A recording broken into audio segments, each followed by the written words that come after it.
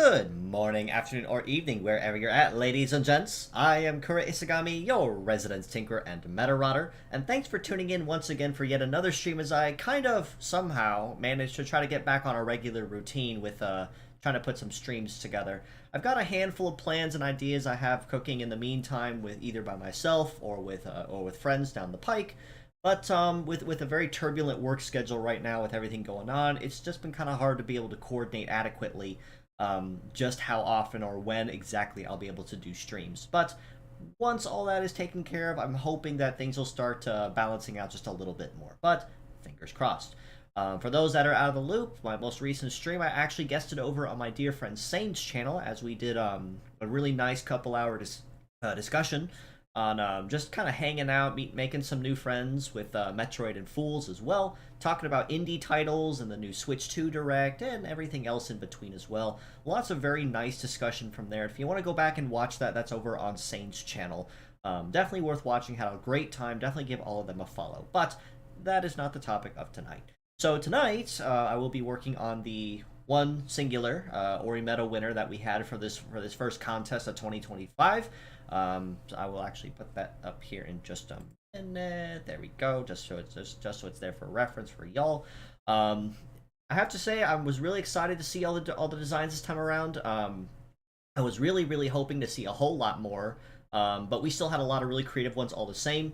I did also kind of run an experiment with this one as well, running it as a kind of a free-for-all, so people could kind of go nuts with their own designs. But honestly, it was still a lot of fun. Very creative, lots of unique designs. I really wanted to choose everybody, but you know, that wouldn't be a contest if I did that.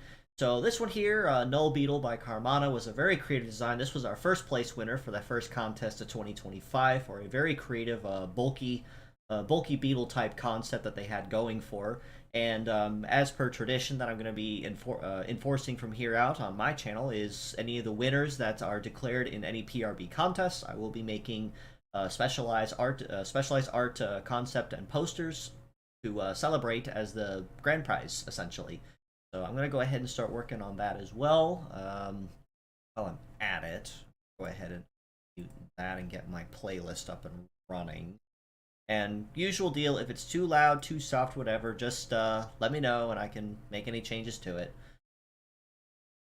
Fire this up. Everything's coming really perfect. I might need to poke my head and check on this periodically. Just making sure that doesn't sleep on me, since for some reason YouTube likes to do that. There's that. Let me see, and we are officially good to go. Go ahead and start with my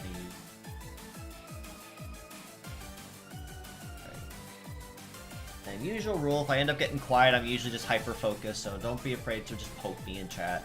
But it's gonna be usual rule, just if there's anything on your mind to talk about or hang out about, just let me know and I can try to coordinate and make something happen. It's gonna be a little bit of here, there, and everywhere. Okay. Alright, let me make sure everything's looking correct. Okay, everything looks good. I'll just touch on this and make sure. Okay.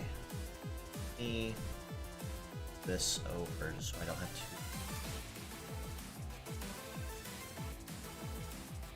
I don't like it like this way. I coordinate the window so I don't have to break my tracking as heavily. Okay, that works. Okay. Alright, let's get this show on the road. Looking at some my portions down first.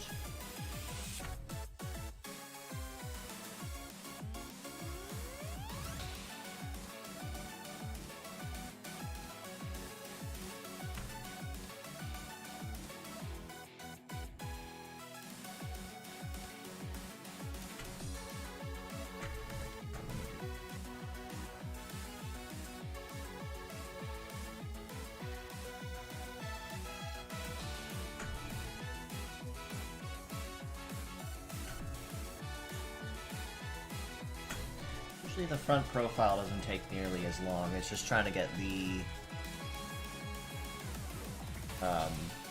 proportions down where I need them to be. just a hair.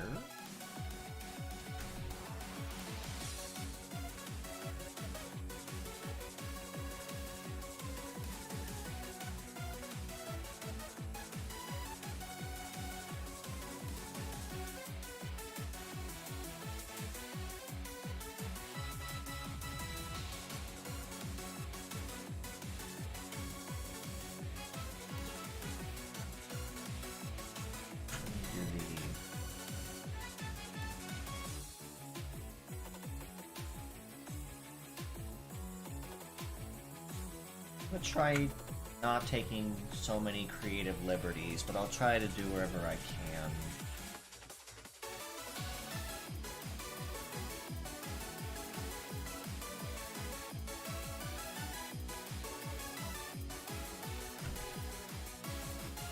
Okay, not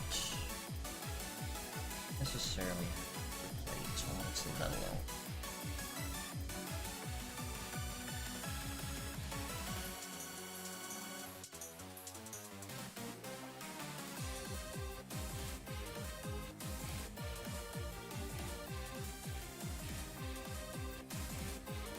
Luckily, a very overall simple. So that should be terrible.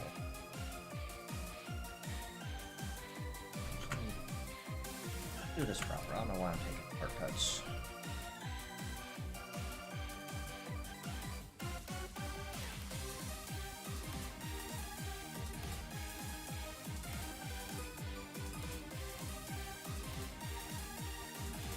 That's a little better.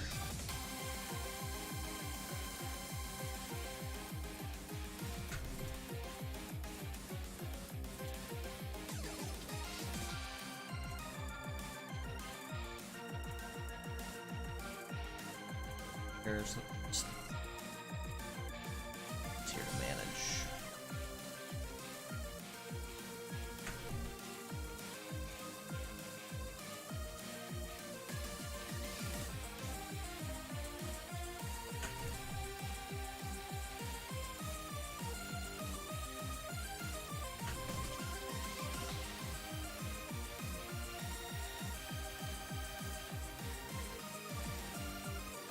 I can toss you background list version if it helps at all.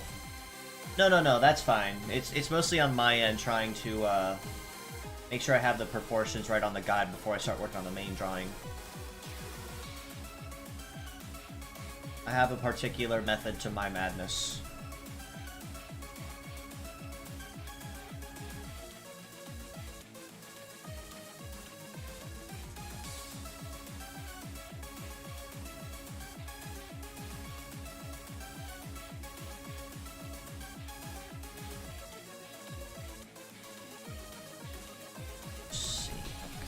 There we go.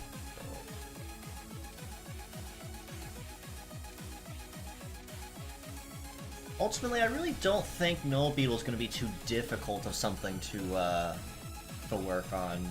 Its design is, I'm not going to say it's super simplistic, but it's simple enough that it gets the point across without it needing to, without having to really overcomplicate a lot of details, which helps out a lot at stage.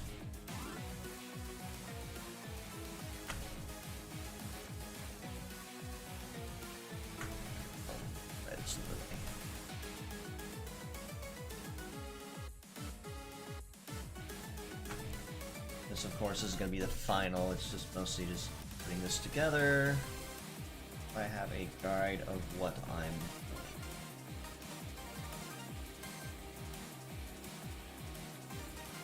So, looks like that's the base detail.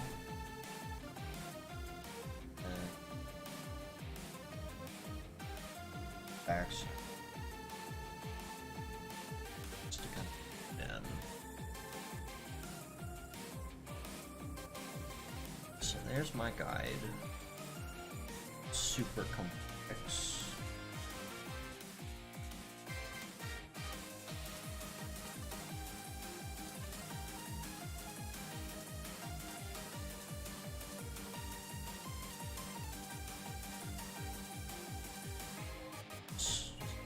Back of button. There we go. that's along the lines of where I need it. Okay, I have that.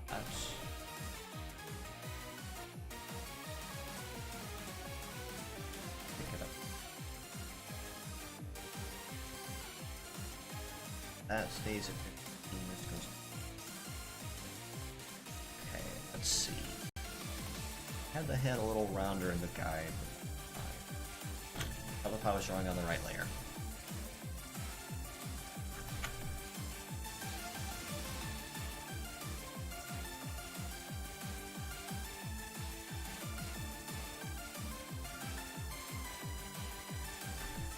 Let's get the cowl down. So I know where to stop.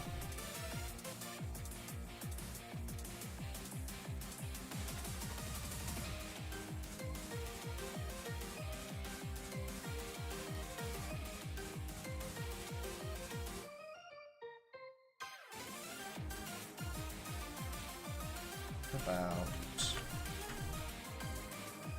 there.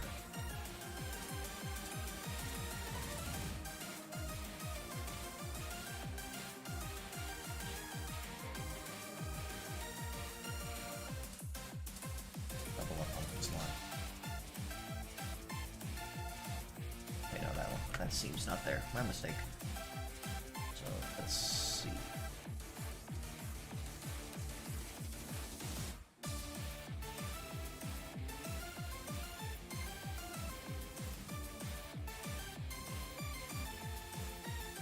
Before I do that, this one.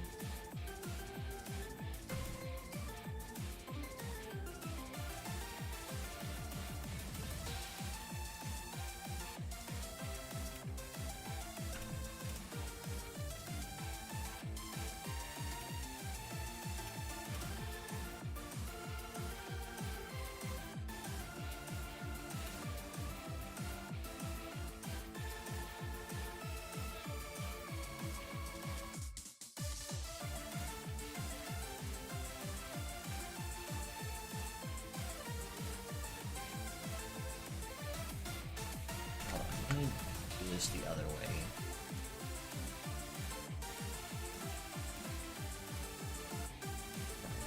I know where to keep the seam worn.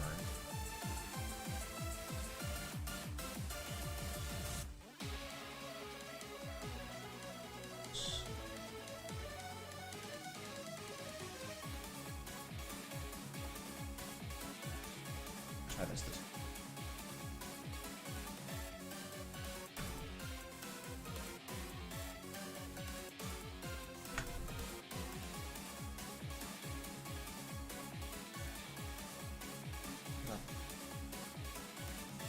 Okay, there we go. That fits a little better.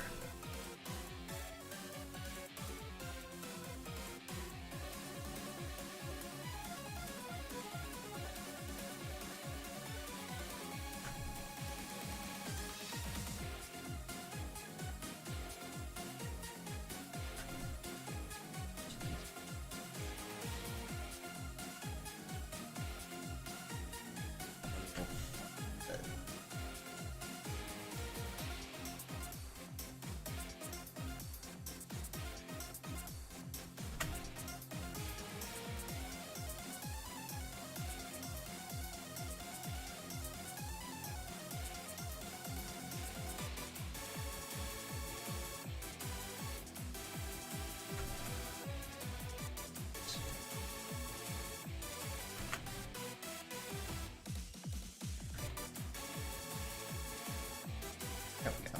Just like that.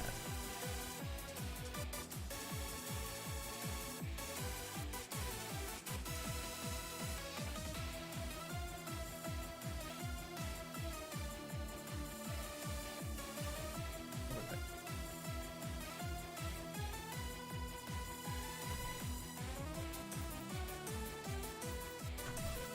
Balance it. There we go. Just like that. There. I don't know if there's another part of the cowl collar. Yeah, I kind of figured it was something similar to that.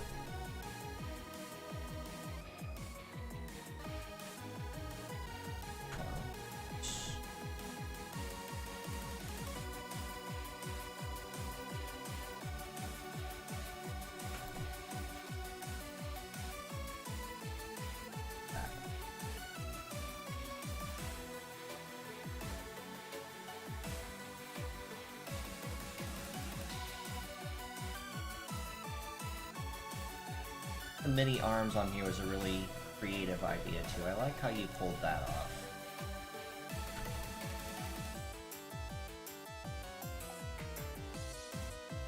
A little bit of a... There we go. A little bit of a unique vibe. Not a lot of better art designs go for the multi-arm concept like this. Just strange, because not a lot of people do. I remember seeing one from my friend Penguin Kotak. He submitted one for a contest ages ago, where he did something similar with a T-Rex concept that was really neat. I do kind of wish that one won. Well, I wish a handful of ones won, but they didn't. Only difference is that one was a meta change type model though, so the small arms actually had a functional use outside of just looking like cross Tyrannosaur arms. Okay. Okay, it's looking good so far.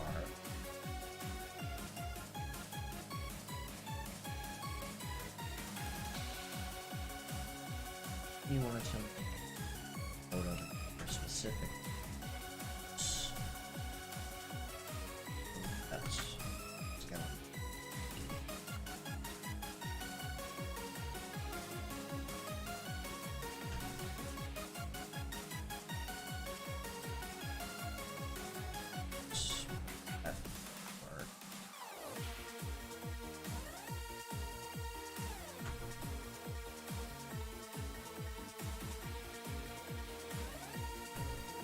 Do that with separate colors later.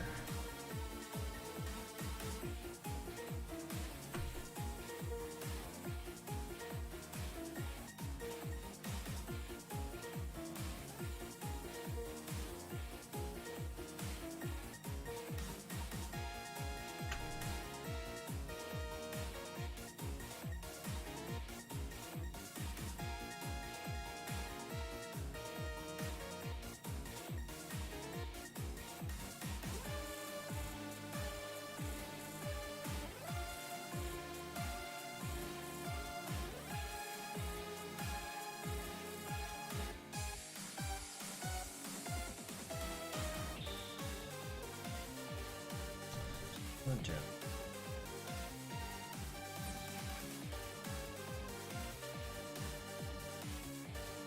Extra separate.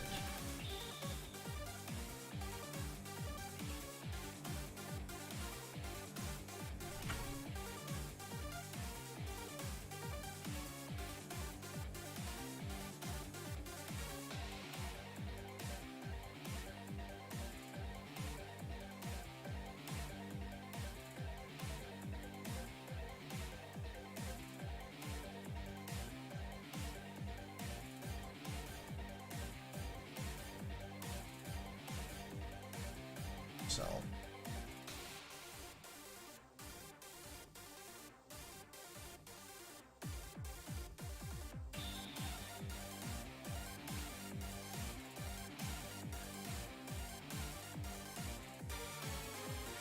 yeah, down the blackest. Contemplate giving Null Beetle meta change, but ended up trouble and had to scrap it. Well, it always gives way for a Null Beetle 2 if you decide to revisit the concept later on.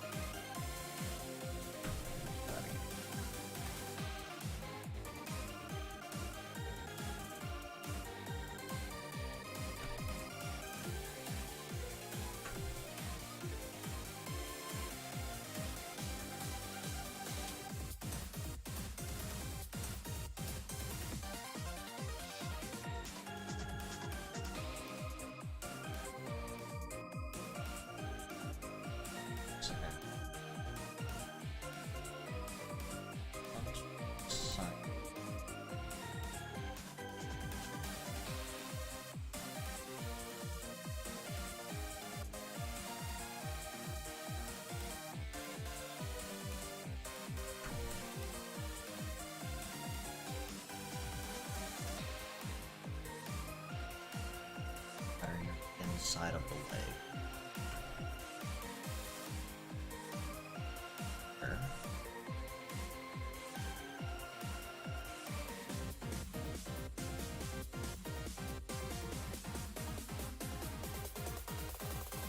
See.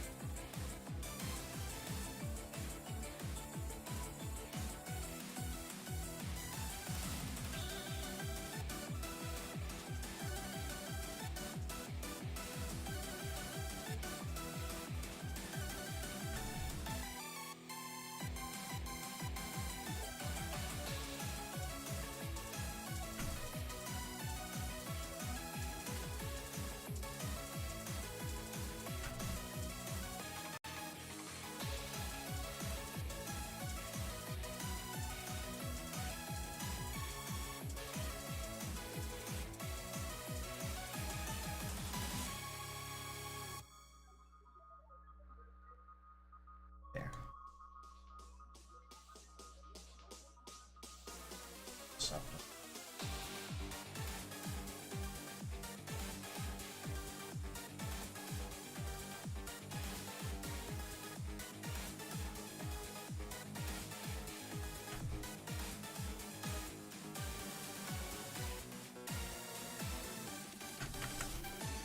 Yeah, I'll leave it alone. You know I can't.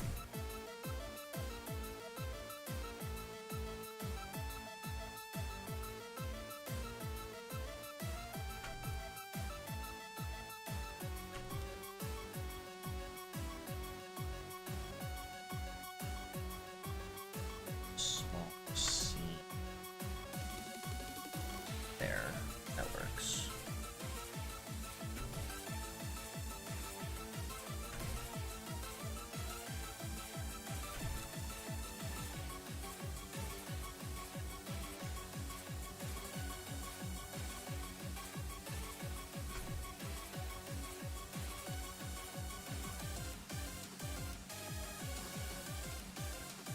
The shoulder is.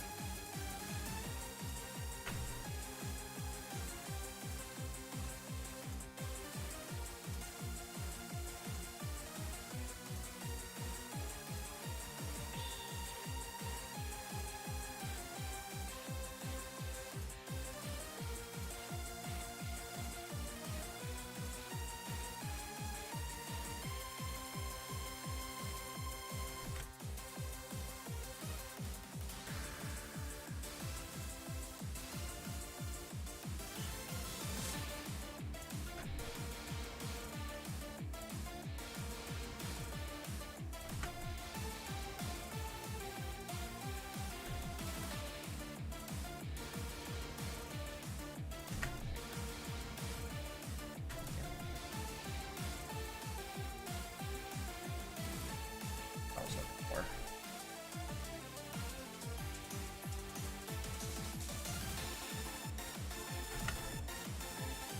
Stylized. Pulling.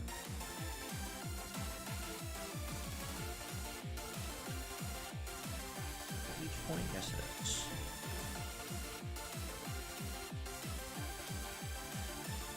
Down there now. It's good too.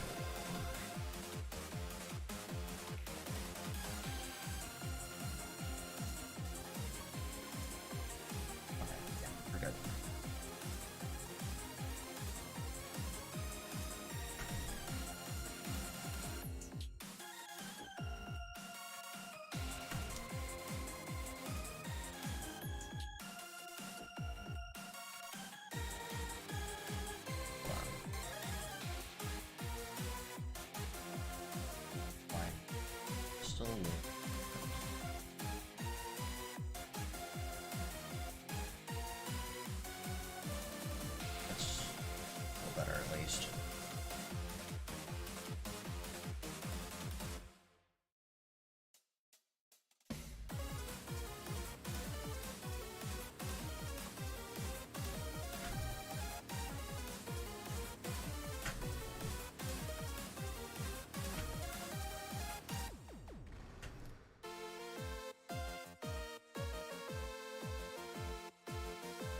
That's what I want.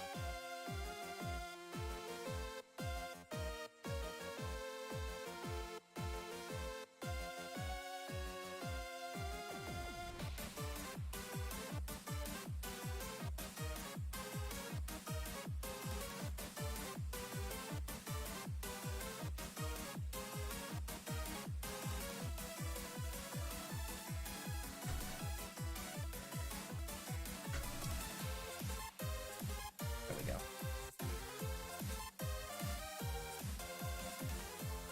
Arms.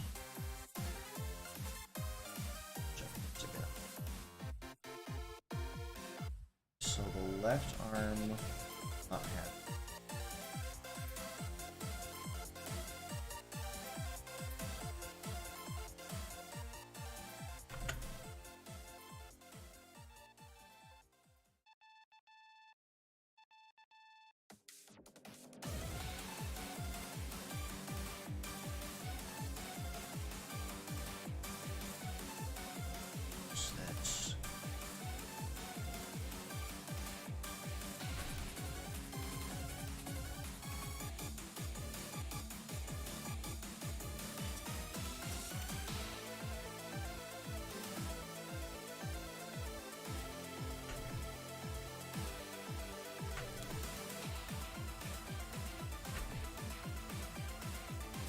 That's one problem with how my drawing tab behaves is that I've had to spend years teaching myself how to draw without looking at my hand.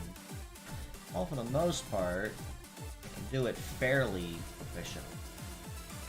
At certain points where my hand will not cooperate with what I want it to do. I'm too poor to be able to buy one of those fancy ones with the screen built into it, so just gotta make do with what I got. Okay, that was a little close. Bottom.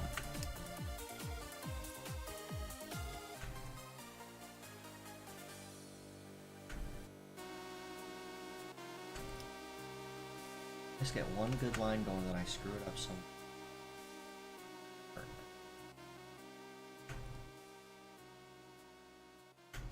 A good thing I know.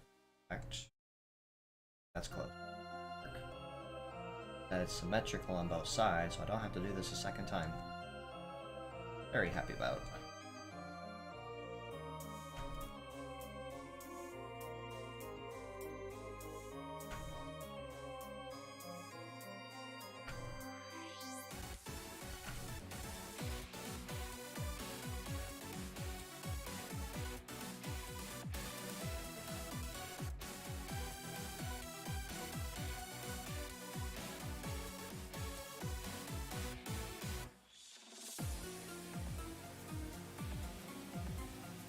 Start from the bottom.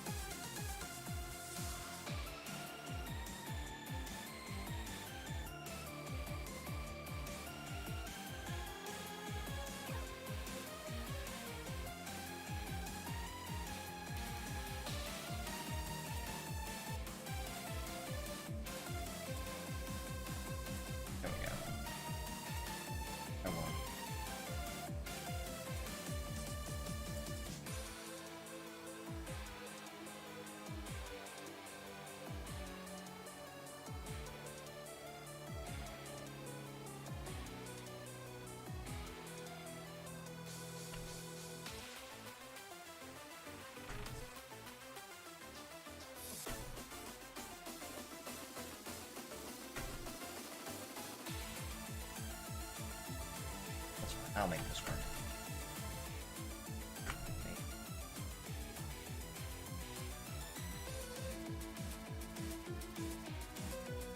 That would help if I...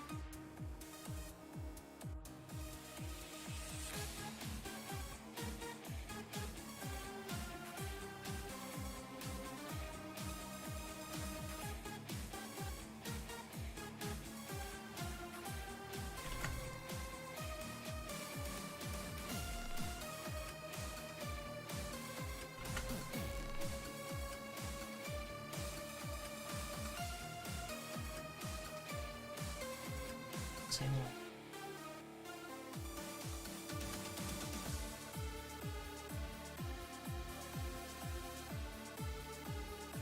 Like that.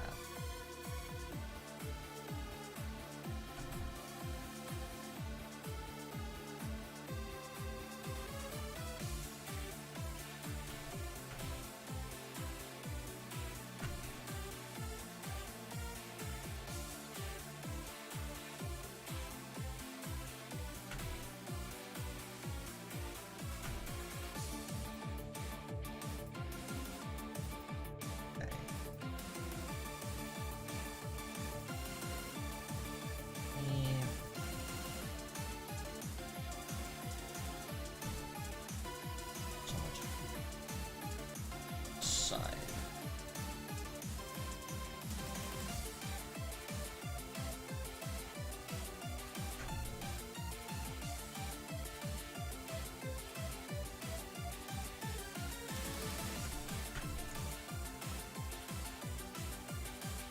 That's a little better. So, okay, same. There seems a little off my.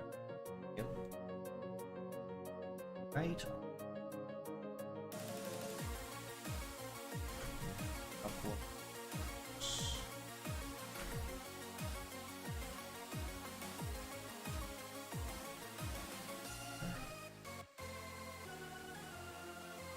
Cuff does not split.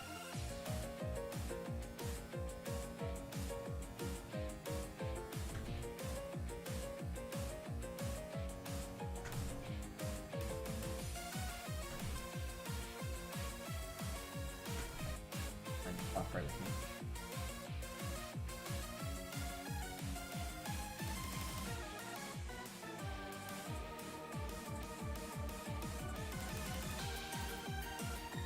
Should do it for the base.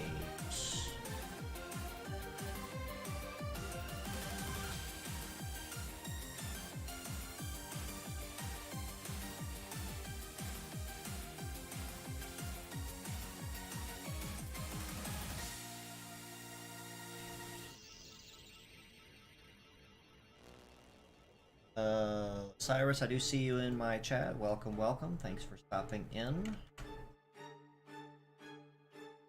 We are working on the first 2025, the first winner of the first contest Orimeda contest of 2025, Null Beetle. Was a unique concept by Carmana for a alternative on the Kabukua or hybrid beetle type.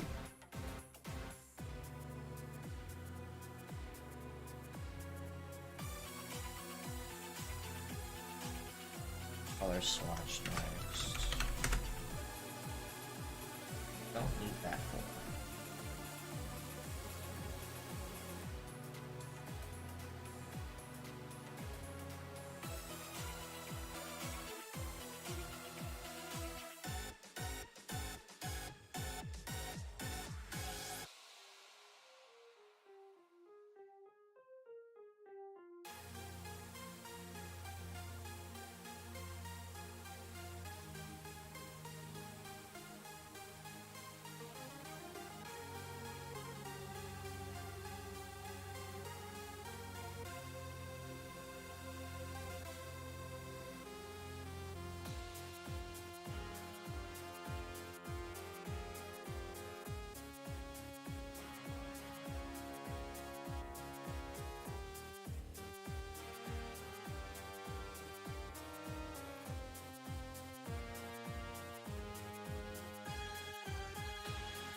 I think that should. No, okay. All very simple color swatch, which I always appreciate. I don't mind things that have like 8 or 9 different colors, but they get cumbersome to keep switching between. There's just so many layers that are involved in it.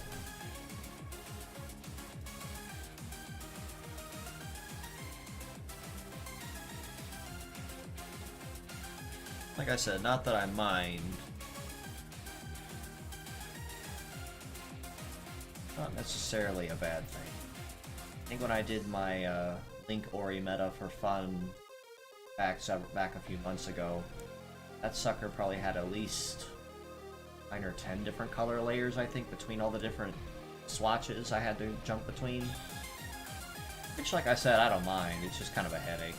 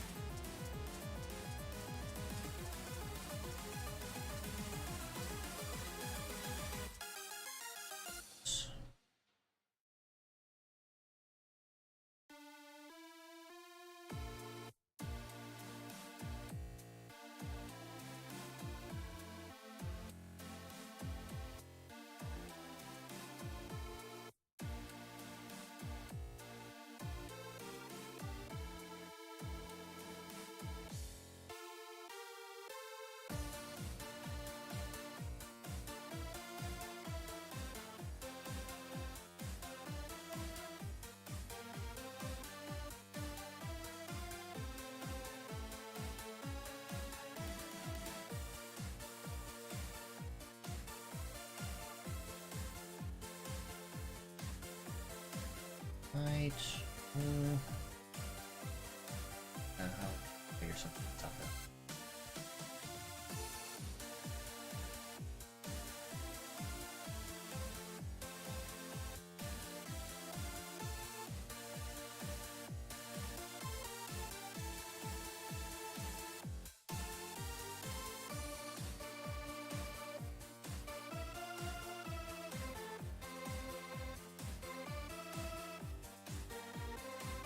Actually, I will outside.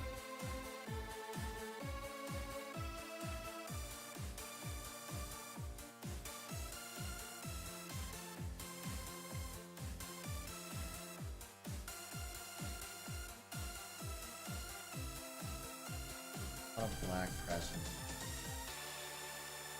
So.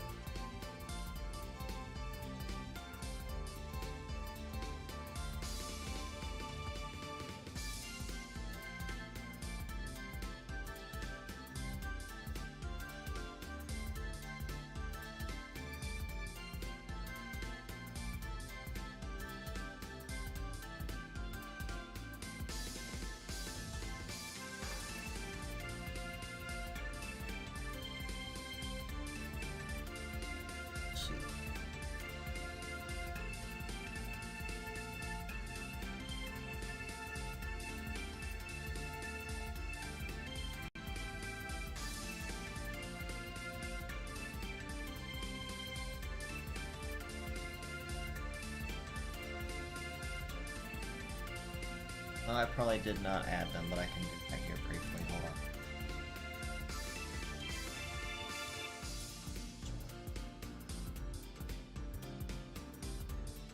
We'll hide them.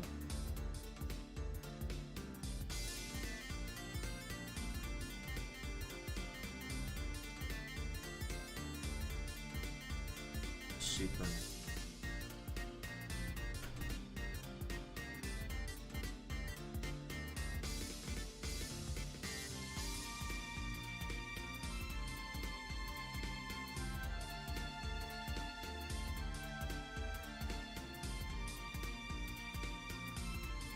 Oh, one eraser. That would help.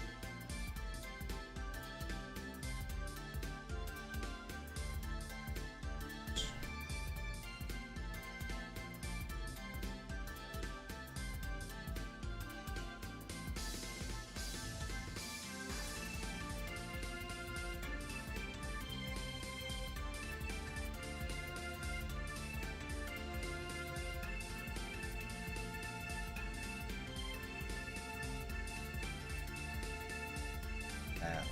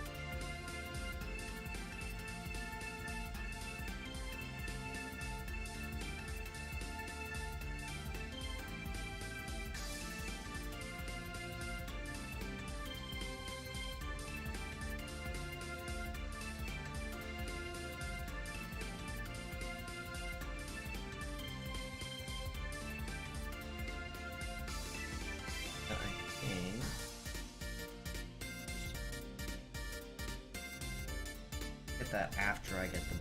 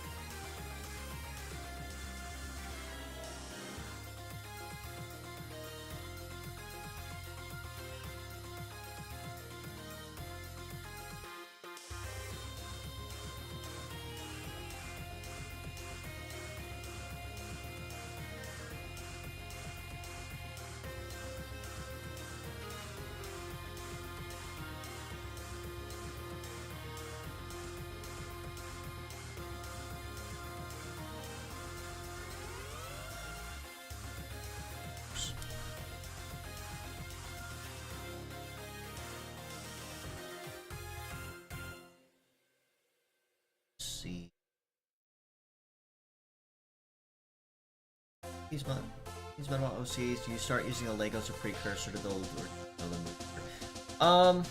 It honestly kind of depends. Like, if I already have an idea in mind of how I'm going to design it, then I don't need to rely on a mood board as heavily. But if I have, say, like a seedling of an idea for something, then I might do some research before I start realizing something to page. So, say for instance, I think of one I actually sent to a friend of mine just last night. I was playing around with the generator last night just to kind of see what results it would spit out, and it gave me a really good idea for one with a fantasy theme. And I'm like, okay, let me take a look at what this has got. And it had what did it have again? It had hold on, let me actually double check again what it said it had. It spat out wide thunder shot, rapid attack, break, and flight legs with the darkness-like ability. And I'm like, okay, I could try to make do with something like that. And because it had wide thunder shot on the head, I'm like, well maybe like a weather-oriented theme one, or like a force of nature type would be a really good idea. So I was thinking, okay, so maybe like, you know, like a thundercloud, maybe something for the head.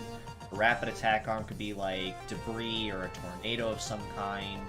You know, just kind of something along those lines. But there was nothing officially set in stone because it's not an idea that I'm fully sold on yet. Now, if it's something I know for a fact, I know exactly what it's going to do, that's different. But no, mood boards are definitely great for kind of getting the general idea concept down for what you want to realize. It's kind of funny because I actually had been using, I had actually been kind of using them for years like that. I just didn't actually know that they had a colloquial term to them, which was mood board. So a friend of mine said, "What's the mood board for this design?" I'm like, "A what?" And he's like, "Yeah, the pictures you have in mind for, or the references you have in mind for what it's supposed to look like." I'm like, "Oh, I wasn't even aware that was a term."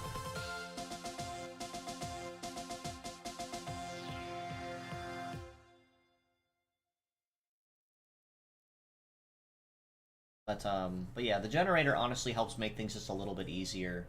So all it does is spit out a kit of what the model's supposed to do, a leg ability, and a leg type with a heavy limit, and then you can kind of figure out how you want it to look from there based on the based on what kind of theme prompt that you're given from it. And I can also assure you there is no AI in it, there's no GPT, ChatGPT, linking, association, whatever the term for it is. It's something I do constantly update every week, or every week there is something new added as far as skills are concerned.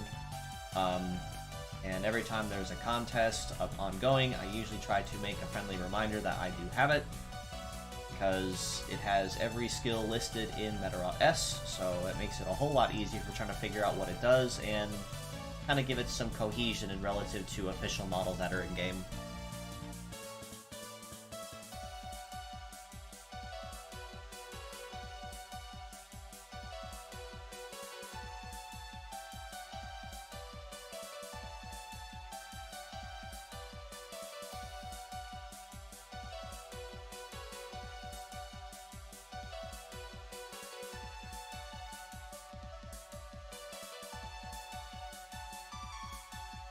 I'll try the generator next time I make a bot. Well, I mean, you don't have to wait for the next contest either. I've been making them left and right for like months. Gives me something to do when I stream anyway. So, never hurts just to spit out a few results and see what it gives you.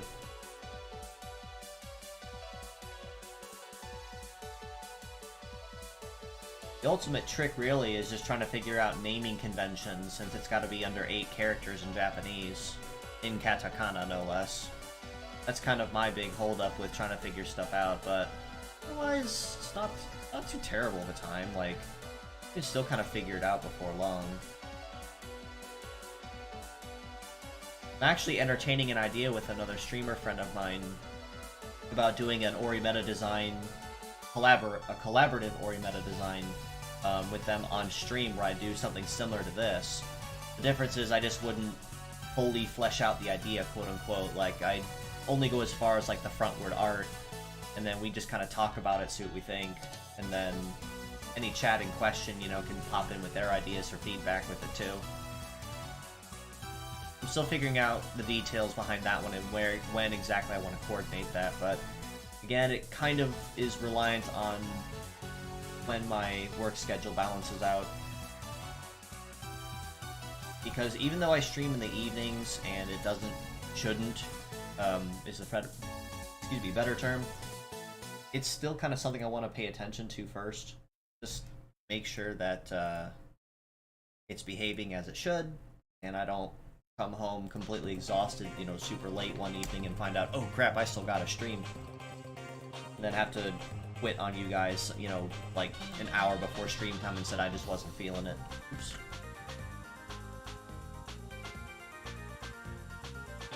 I know, you know, because I understand, you know, life happens and sometimes you can't always stay to a schedule, I get it, but it just would mentally kill me on the inside if I coordinated a stream and then ended up not having to go, you know, being unable to commit to it for whatever reason. I don't know, it just makes me feel bad. Let's see, I haven't touched drawing materials since 2 weeks ago. Finished drawing OCs. Sort of a mood board. Yeah, honestly, I would honestly recommend using mood boards. Like, they're really good for kind of helping tie a theme and an idea together, just to kind of make sure that you have the concept down, and then make it a little easier to coordinate how exactly you want to realize the concept. Really, really nice.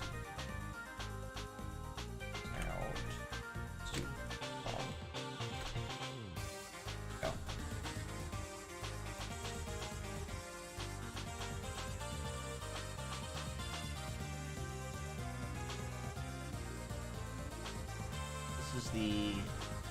Oops, grab that. Got rid of it.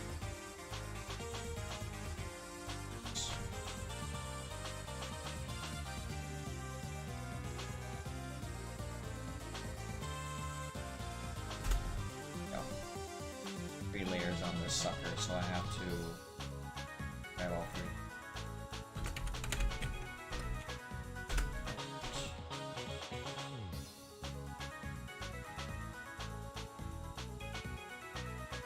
Swatch, side.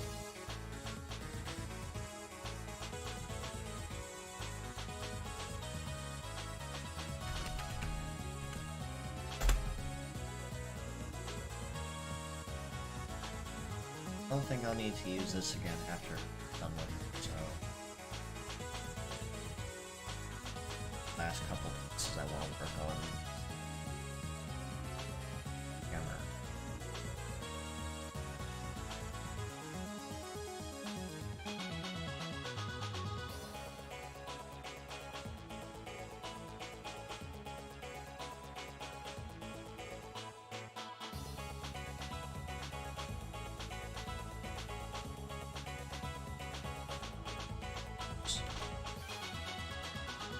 It would really help if I not draw on the ruler layer, kind of need that one.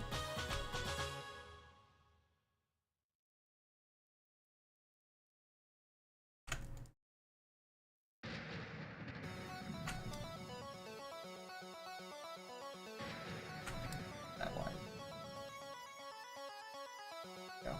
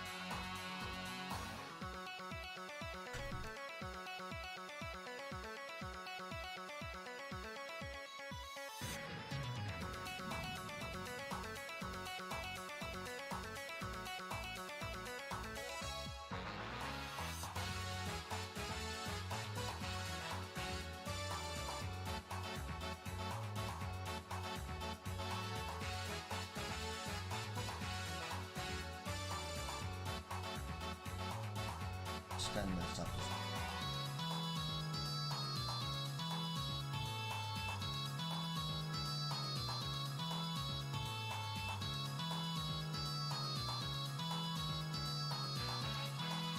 It's a little better.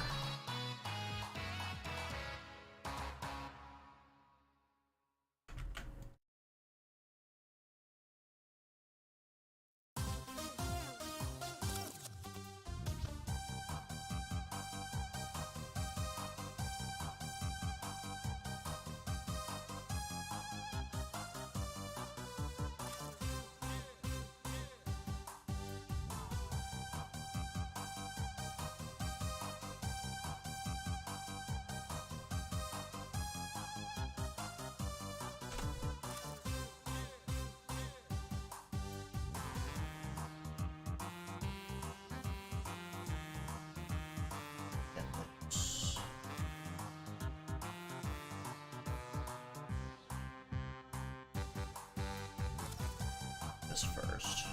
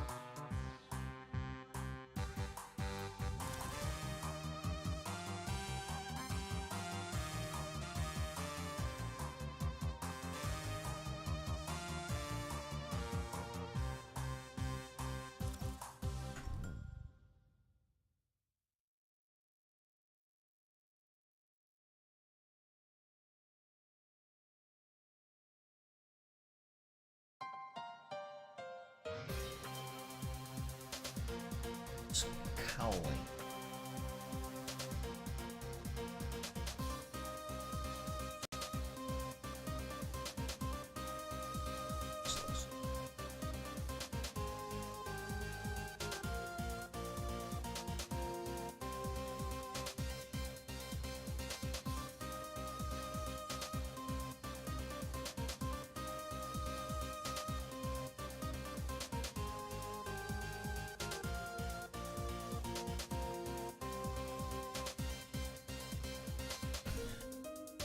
Signed up.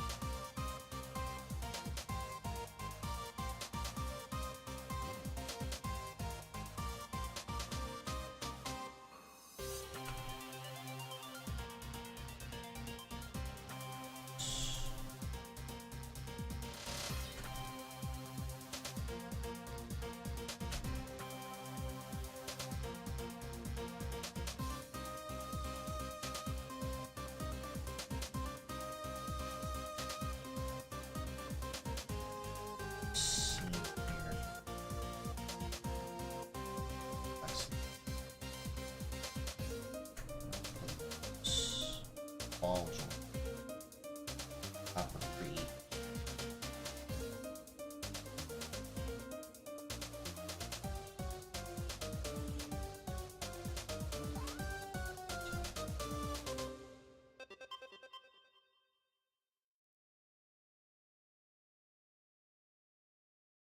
Like that.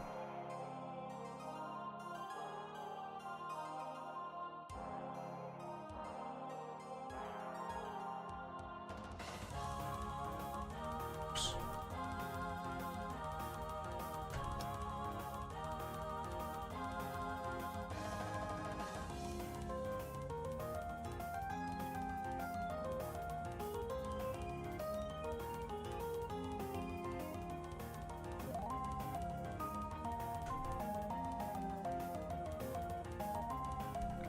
That's a little better. Let's see.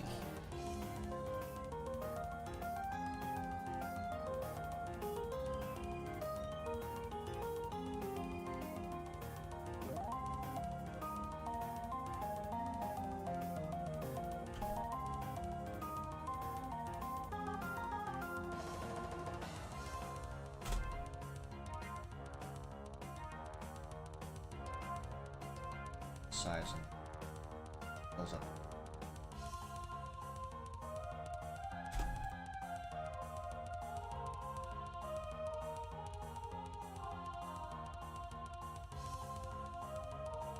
Alright, crisis averted.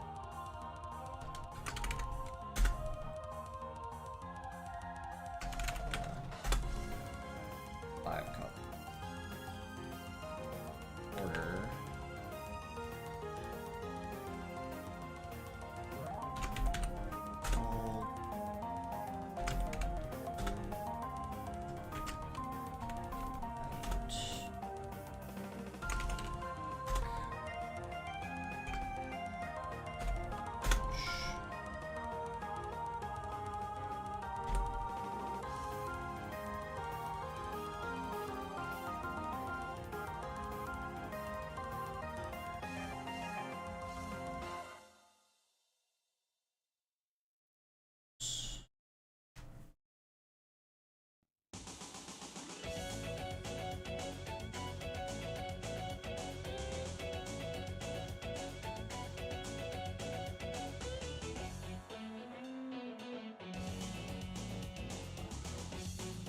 Lies or something. No. Alright. What's that?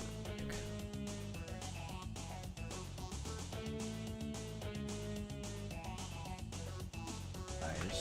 I did. I didn't. Back at it. That.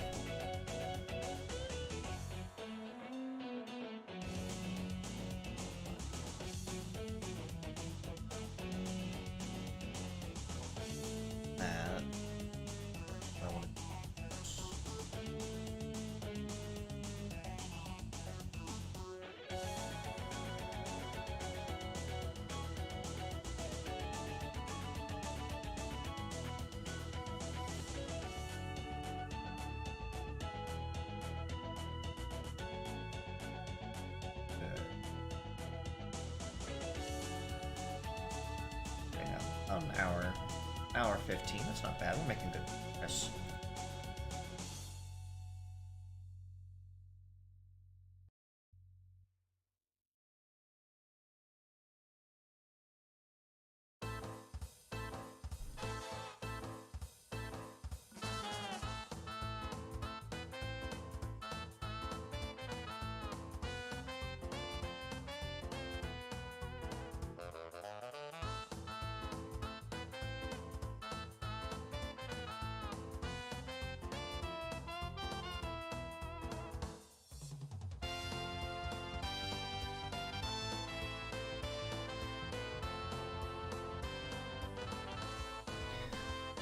Problem I always have in trying to the concept is how exactly I want the sketch to look.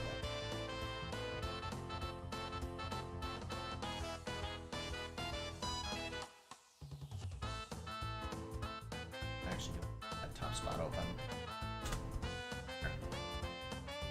Like that.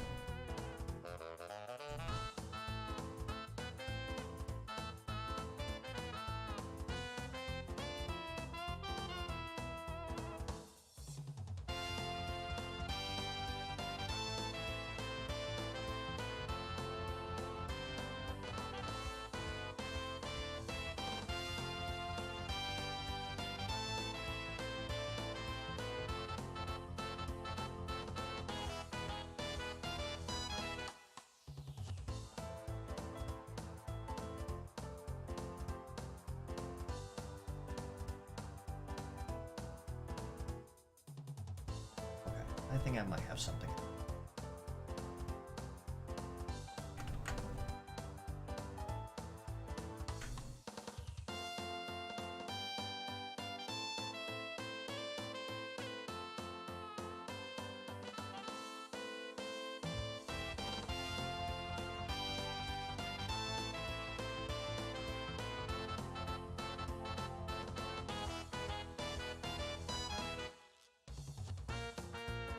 No, that's gonna be hammer.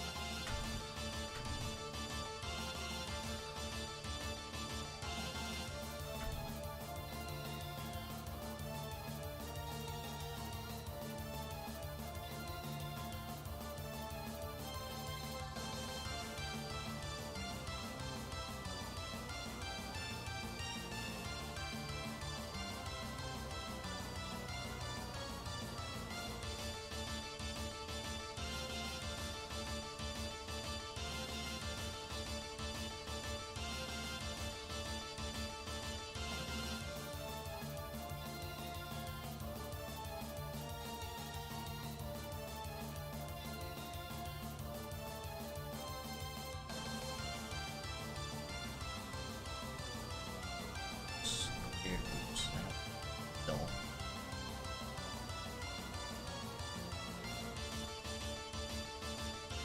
Just a little bit.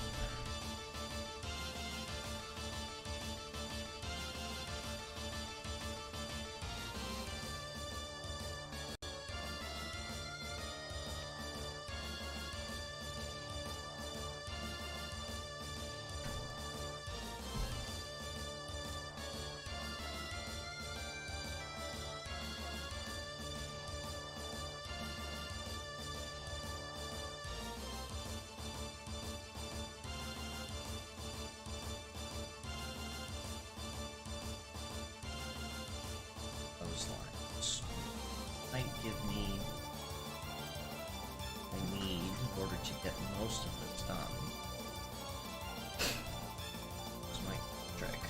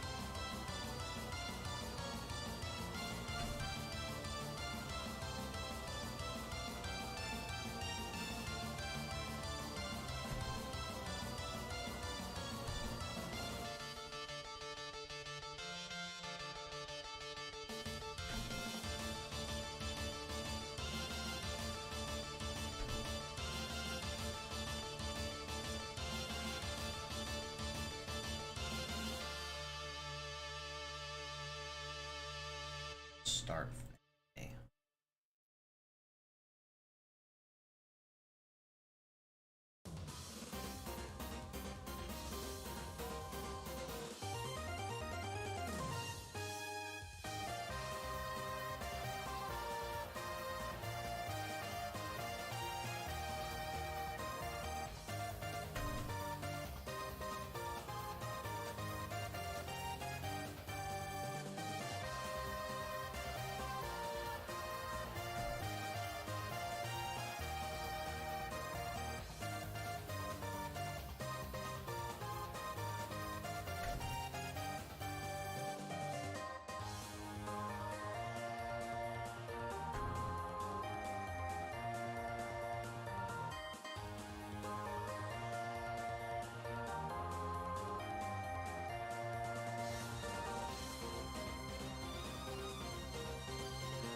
I'm still drawing this in the... So it doesn't matter. I gotta break that down and try it again. That's fine, because I really didn't like the direction that cowl was going.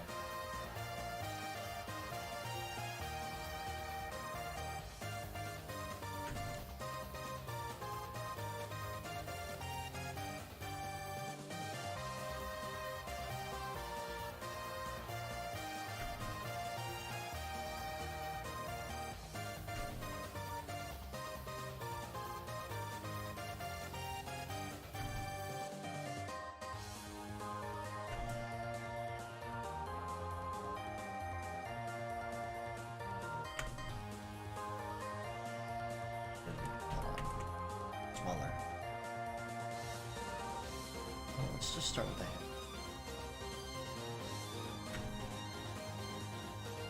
They can't eyeball properly. Owl's supposed to.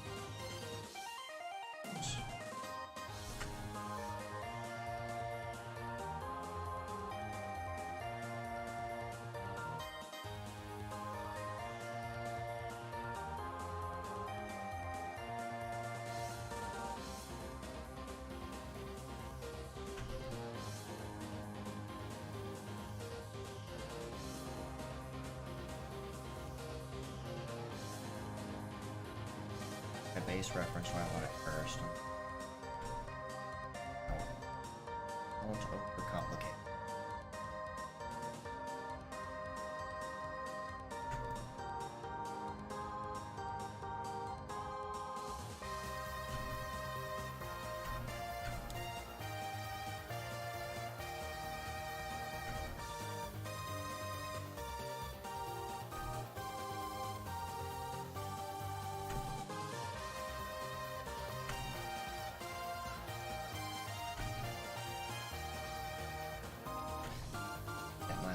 Cooperate with me, that would be fantastic.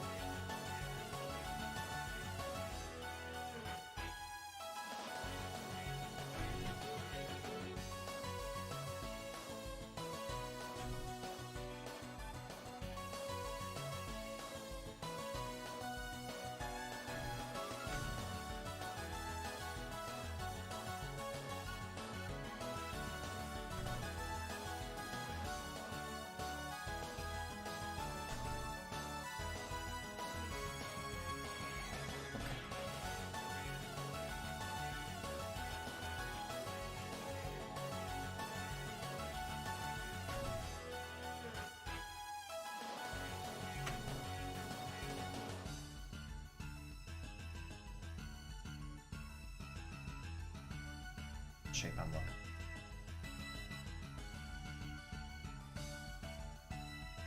A whole lot more this.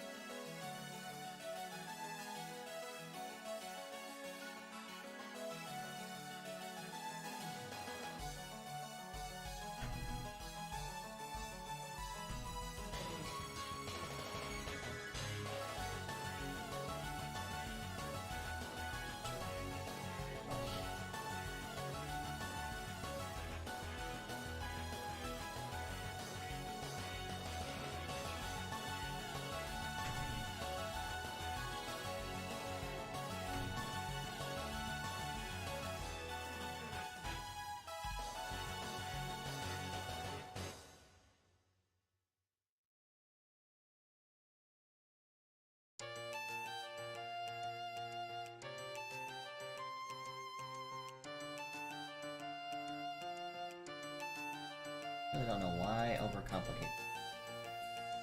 Try not to.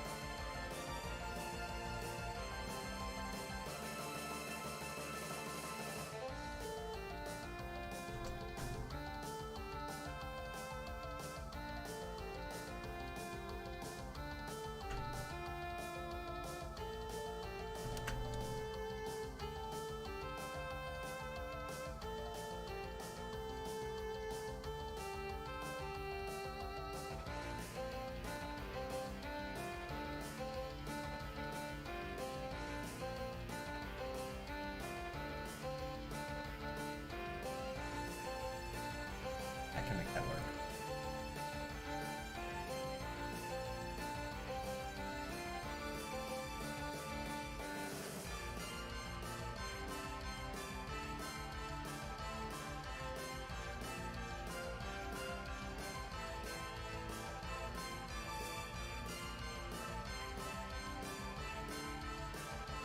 So now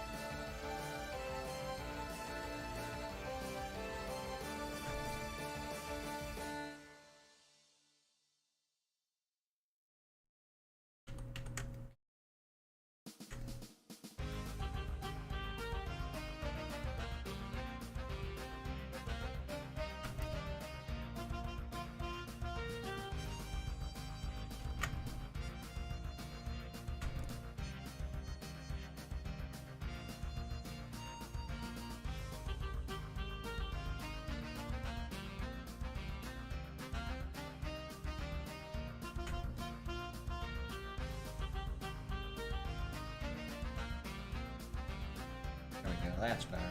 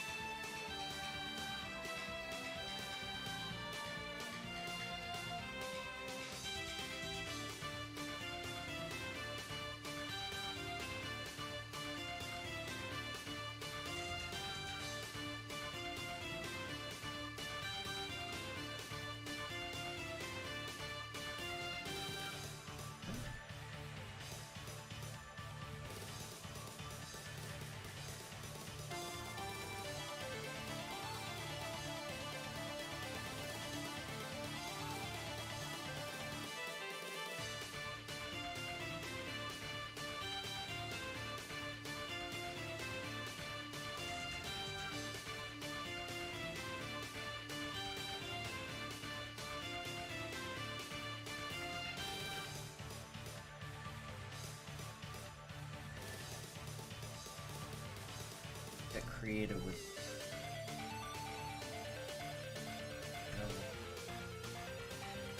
outline.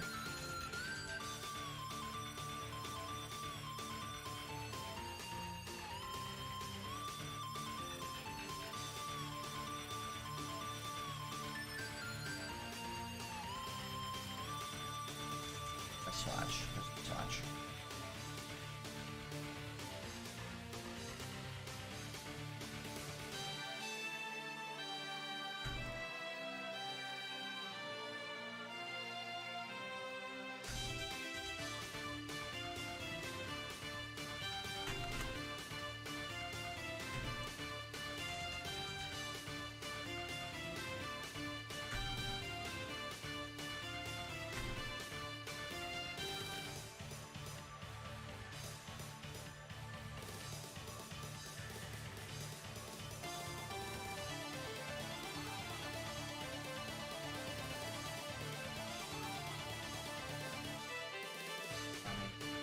Appreciate color.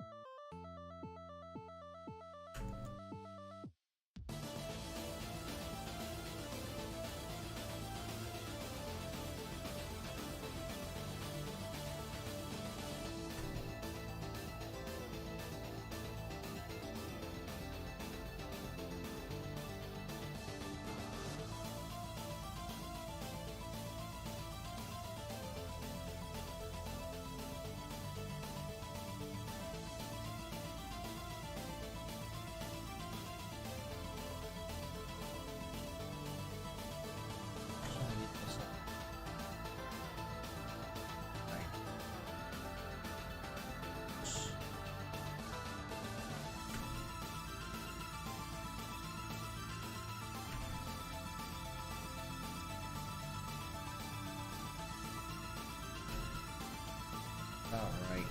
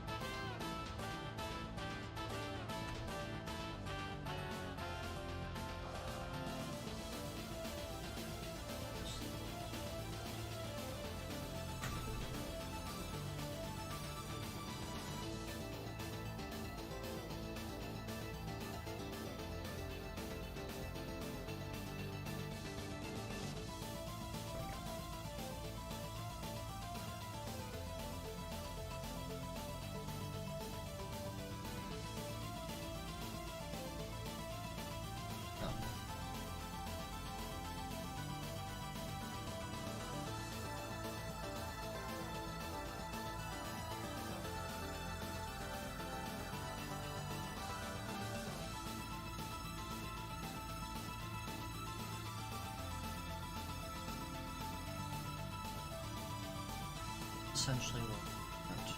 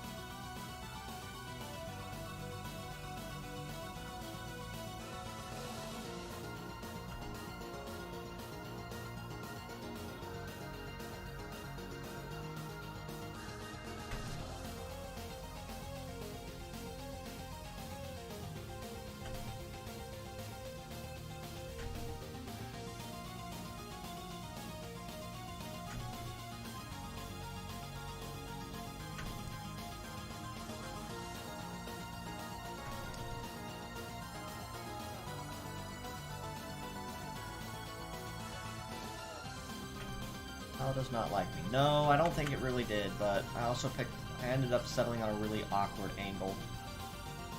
I can still do it, it just takes a little more time to realize properly.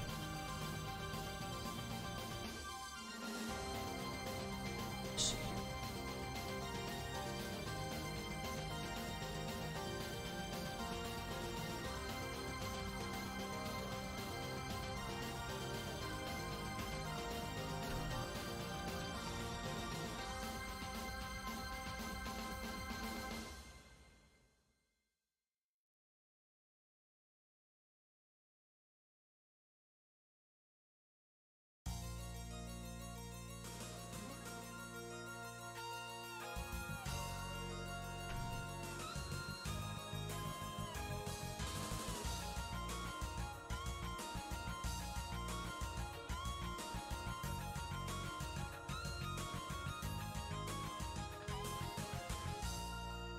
Don't have on here. It's fine.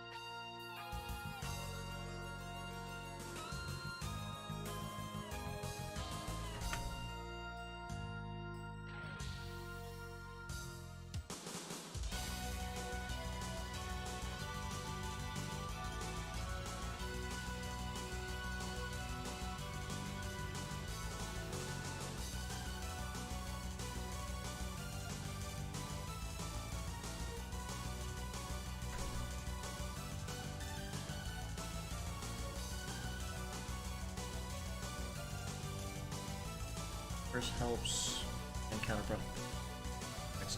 Yeah, like I said, I mean, I don't have too many problems with it for the most part. It's mostly if it's just like a really odd angle that I tend to have some problems. But like I said, I picked kind of a funky angle to execute this, but so far I'm making it work.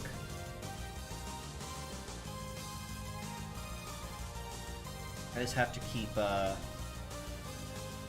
working at it.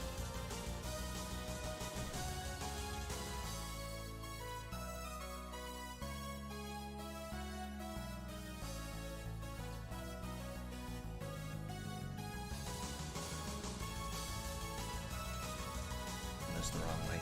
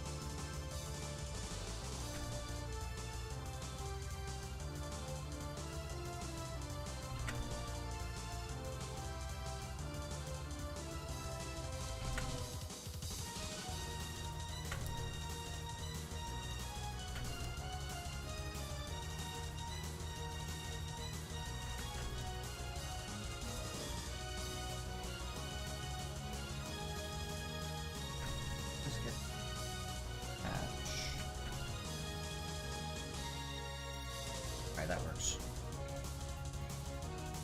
I do kind of want to give the gold a little bit more true seam.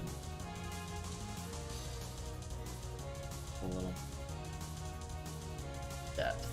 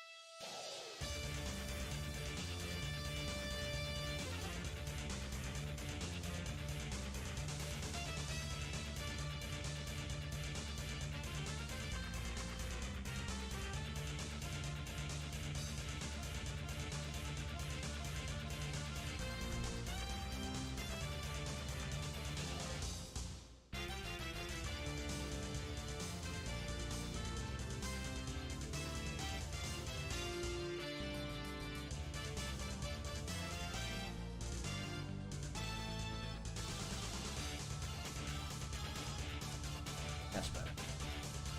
That's the shape up.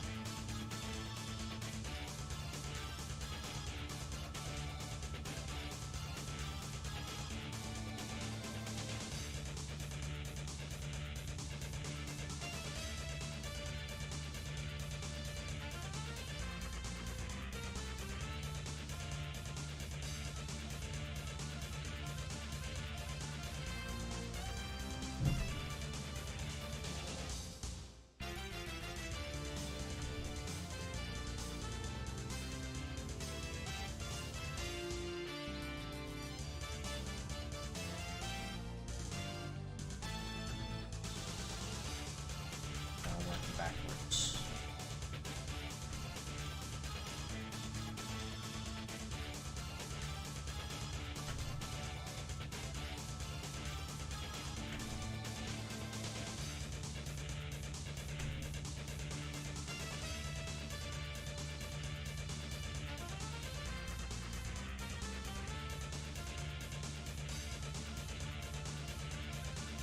Now, I keep forgetting that there's a couple of remixes that I actually commissioned to have done years ago.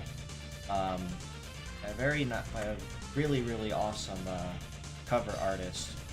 And I keep forgetting I have them because I like to try to add them to YouTube officially, so folks can actually go look them up and listen to them because they're really good.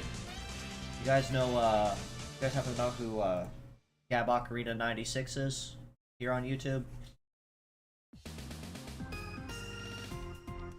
First question, if you haven't, is why not? Because you are missing out on some fantastic music. Especially Nintendo covers. He does those exceptionally well.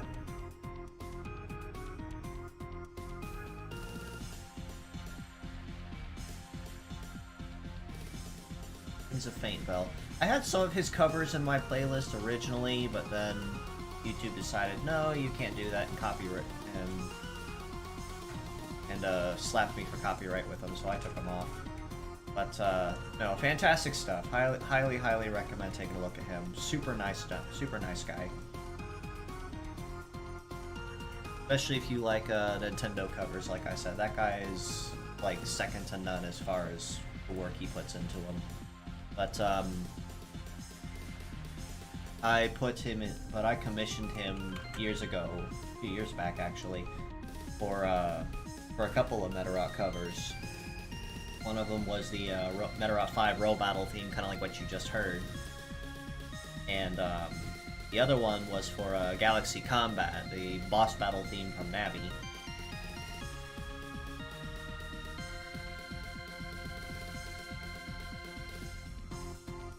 I'll have to try to edit those into a compilation video with some game footage and stick them on here. Well, I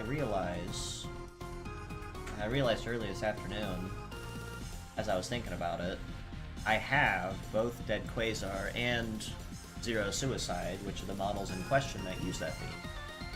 I'm thinking to myself the whole time, why don't I just make a compilation with them? Since I have both of them together.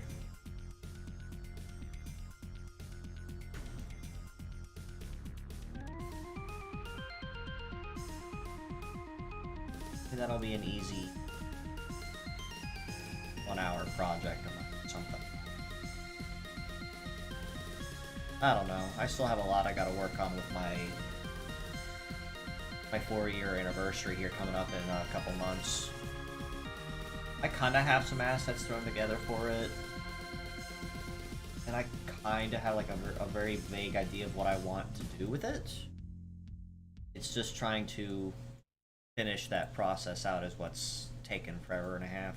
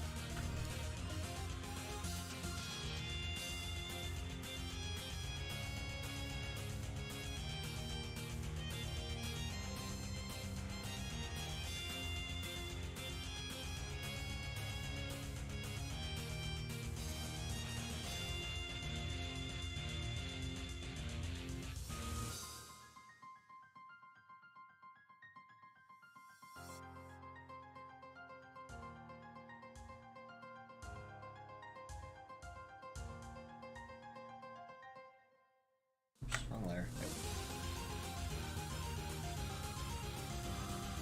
Just have to record some footage if I want to do those covers. Could be too hard though.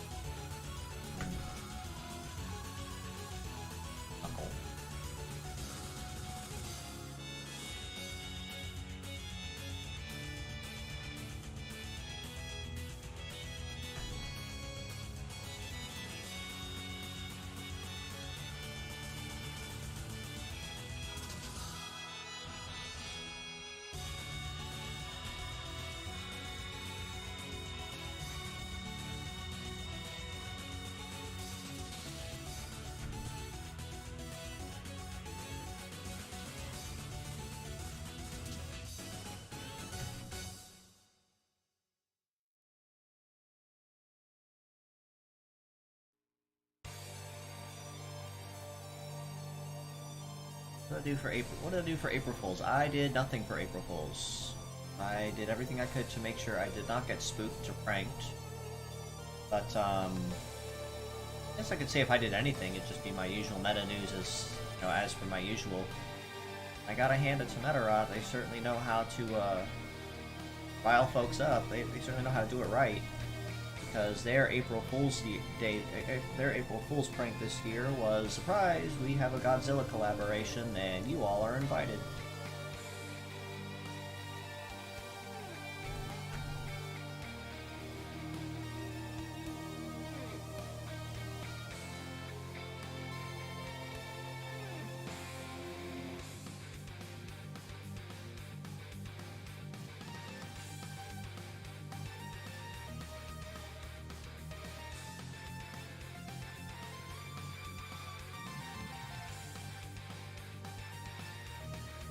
I don't know, I think I'm kind of in the camp that doesn't really trust a lot of folks around April Fools, and especially here in the content creator community, there's a lot of people that decide to take the, you know, that take the really Jurassic route and they go, I'm sorry guys, I'm graduating as of today, so my content's over and done, and for literally no reason whatsoever, they decide just to give their community a heart attack for no reason. I'm like, why do you do that? Like, I understand it's April Fools and you want to get the spirit of it, that's fine, but there's certain things that you don't do.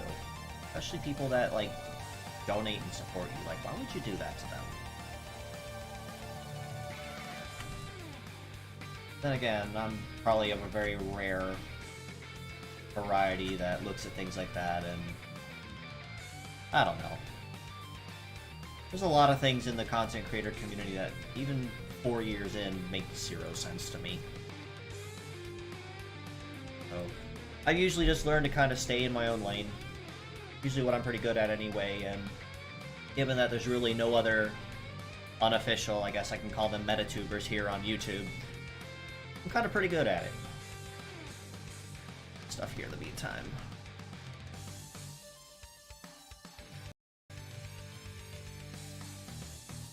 I gotta periodically go in and check my audio playlist just so it doesn't conk out on me.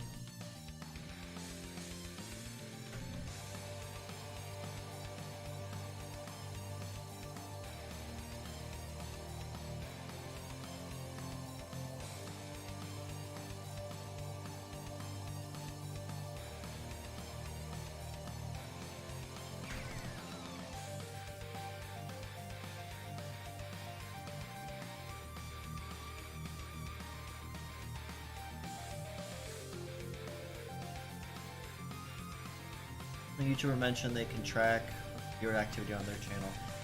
Yeah, there's ways you can do it, but like there's absolutely very easy ways to do it.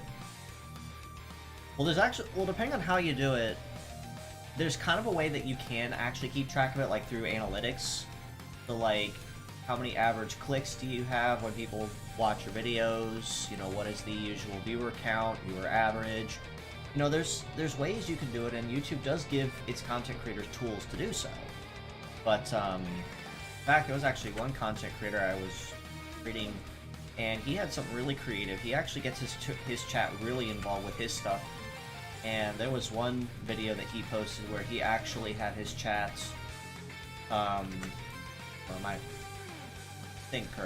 did he do? He basically put his chat on like the equivalent of like an electronic treadmill, and then they had to basically like spam emotes in the chat, certain emotes in chat in order to keep the battery level up. And if they started falling behind, then the quality of the stream started falling from like 1080 down to like 720, and then from 720 it would suddenly drop to like 360 or 144p, and then he would basically just have to start shouting at his chat and stream to start picking up the pace, and the stream would go back up to like 1080 again when they started spamming it. I kind of find things like that kind of creative. Like, I find that kind of cool. How people can learn to figure out how to do that. If I ever made it big here on YouTube and I got this really big following, I could look into doing stuff like that for fun. I'm not that famous. Being completely honest, unless some Corpo decides to pick me up somewhere, or Imagineer decides to finally reach out, which I also kind of doubt. I'd love for it to happen, but I doubt it'll happen. I don't see myself really making it big like a lot of these other like a lot of these other folks, or even other friends of mine. Would be cool. I just unfortunately don't see it happening.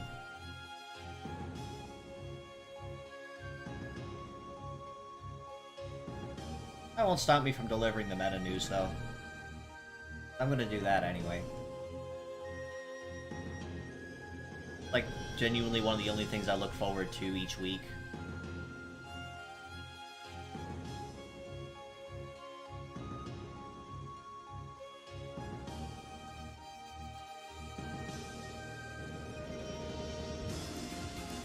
Shift all this.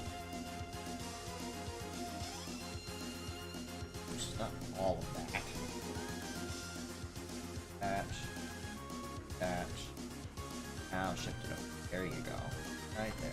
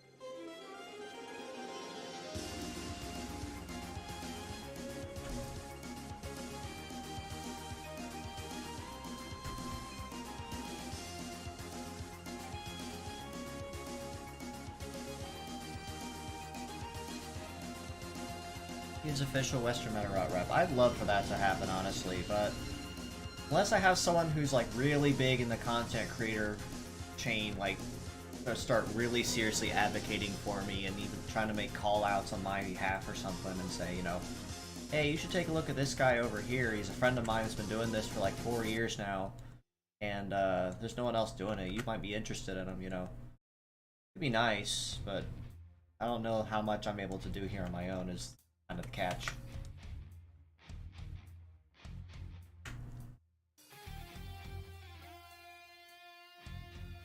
I don't know, maybe if I have enough of you guys just pestering Imagineer on my behalf too, that might get their attention. Fan art, letters, I don't know. No pressure to, but I think there's only so much they can do with people trying to contact them regularly.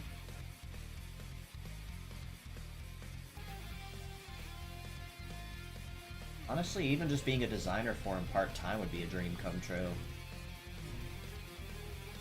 was brought to my attention a while back that most of the creators and designers they have aren't even like part of staff. I was actually reading a comment a number of months ago actually that was brought to attention that Imagineer's Metarot team only has like 6 people on it.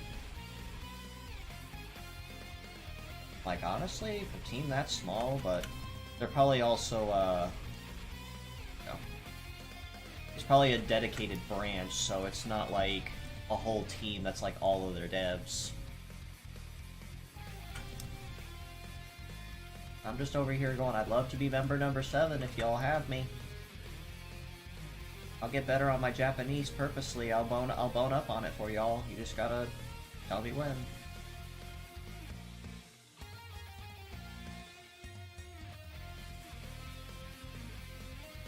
Actually, I had a friend that got to actually had the opportunity to go to Japan and pitch a concept to them himself, and actually, went the whole 9 yards. He got he hired the translator to go with him and everything like that, and he even took them back. They even took him back to go to see their secret Metarot room, as it's called, which is essentially just the office where producer San records each week. Like, man, what I wouldn't give to be in that situation.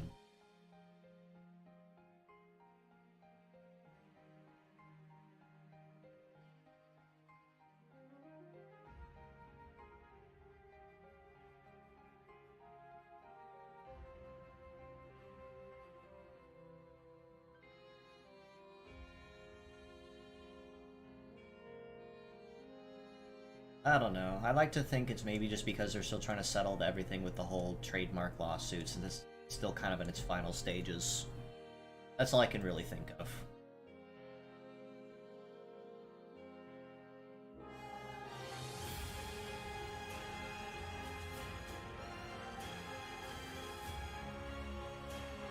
Before anyone does ask, yes, unfortunately, it's still ongoing. Like, the courts did decide, yeah, the trademark belongs to Imagineer, and he who shall not be named is basically now ordered by the courts to hand over the trademark. But let's just say he's trying to legally drag it out as in every department that he can, and it's not helping his case any. Actually, it's not helping anybody's cases, but I think we're just playing the waiting game on it right now. So once Imagineer finally pulls that trigger and announces that the trademark is theirs again, then we can start celebrating.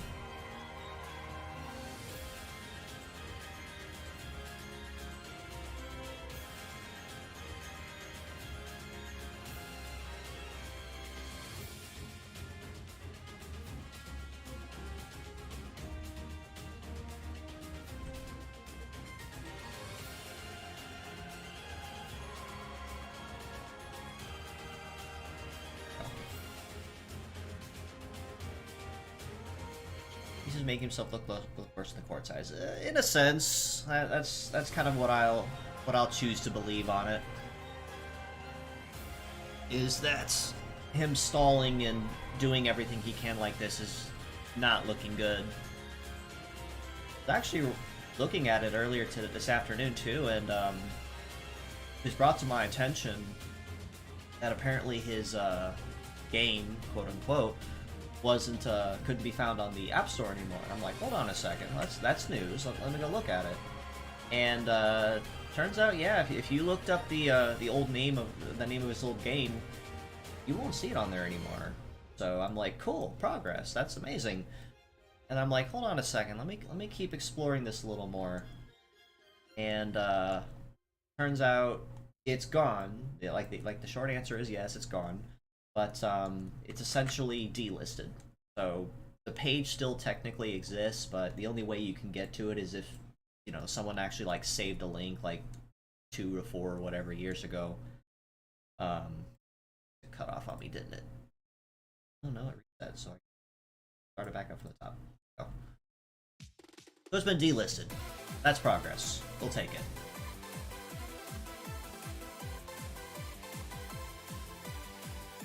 Just have to wait on the courts to play the long game now. And when they pull the trigger on it, we'll celebrate. I'll even host a celebratory stream for it. I don't know.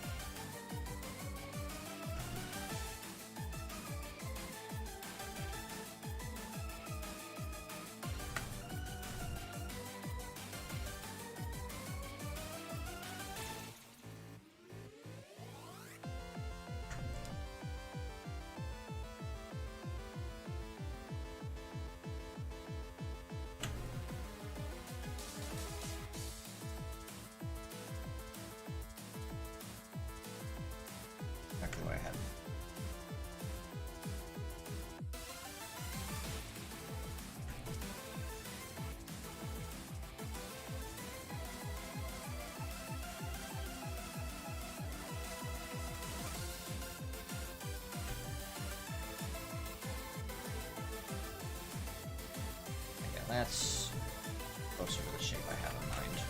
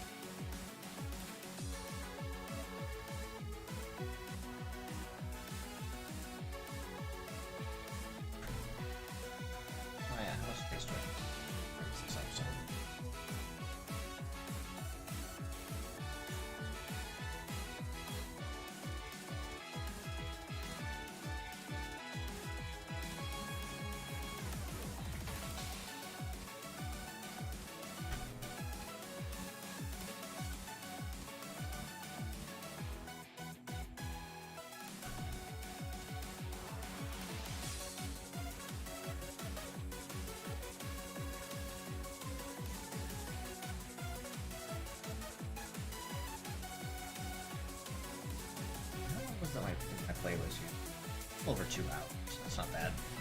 Really should extend it some more, but the only way I could do that is if I commission some covers I could throw in here, or if I find some royalty-free stuff. Either works, really. It's just getting to that point.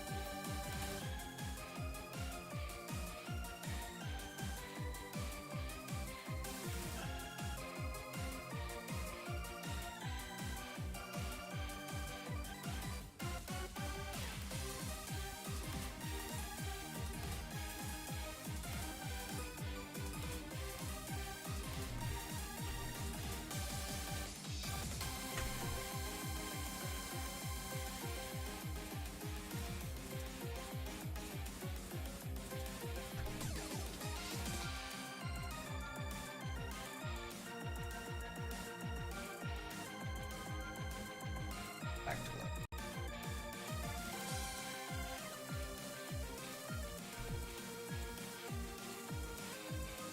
I'm not sure that far to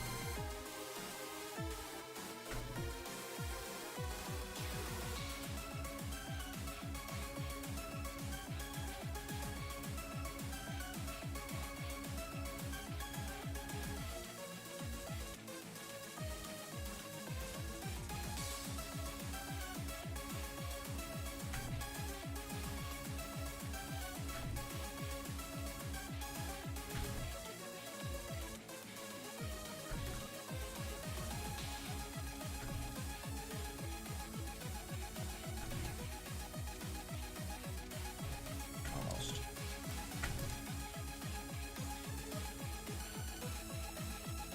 Yeah, I'll make it work.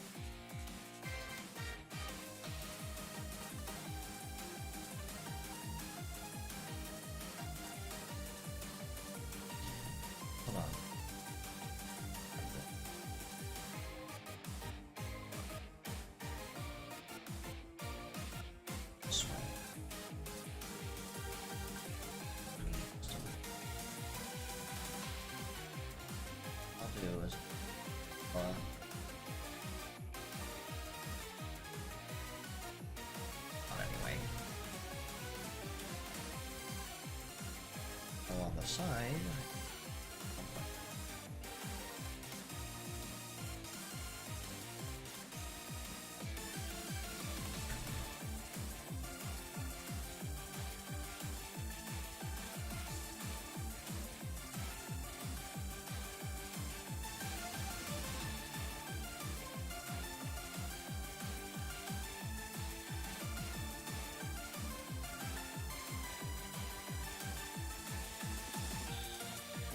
Ask my chat as well and see if they stayed up to date on it more than I have. If anyone's heard of anything on the recent news regarding the Genshin voice actors at the moment, or at least I should say, for some of them anyway, former voice actors.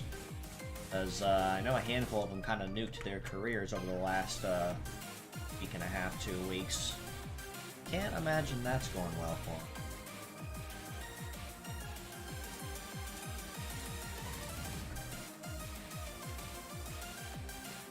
Frankly, I'm kind of surprised some of them are even still employed with it at this point. They said some pretty foul stuff. Especially a particular screeching toddler fairy.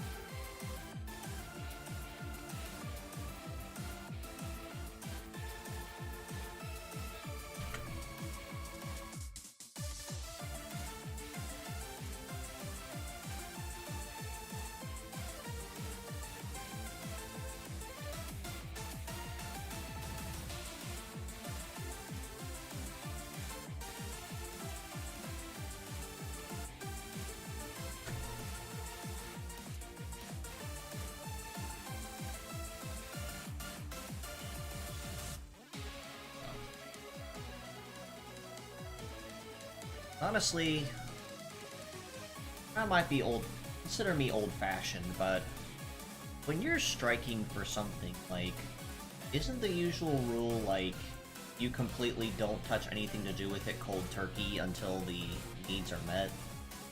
Like, I understand there's, like, legal loopholes that say, oh, you can work you can work under these conditions as long as this is honored or respected or whatever, but my question ultimately with that is, why? Like, don't get me wrong, I'm in full support, honestly, of what SAG-AFTRA is pushing for, like, for the whole, no AI in the workplace, or controlled AI in the workplace. I'm all for that, because there's no way, there's no way that you can make use of, AI and expect it to replace people and people be satisfied with that, because voice acting is their line of work, you know, that's kind of what they do for a living.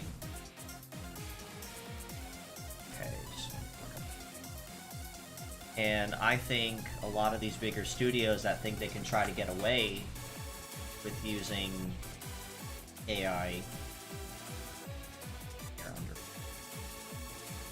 is a really scummy move, because again, that's kind of how people pay to live in this current society, in this world, is, you know, being able to do voice acting gigs like that. That's kind of required. So it's really scummy on all these companies to have to try to find ways to replace them like that. So I'm 100% for the strike in that regards, especially as an artist myself. But on the other hand, there we go. On the other hand, I do believe that there is a certain element with what's been going on specifically that kind of has clued me in. I think it's probably clued a lot of people in over the last year and a half or so with how this strike's been going on, is I think they're kind of using it as a money grab at this point, because it's definitely not the same behavior, the same principles that they claim to be fighting for initially, with the whole AI protection. Like this whole thing about SAG wanting to basically start a union, and I think that's good because that means, you know, it'll control what a lot of these big studios are and are not allowed to do with their voice actors or their actors or in general or their animators or things like that. I think that's fair. But at the same time, you can't deny the fact that they most likely have not been the most honest with that endeavor either. So as a result, lots of stuff is falling under the radar, and people are either getting ignored or they're finding loopholes to continue working or doing whatever, even though they're striking.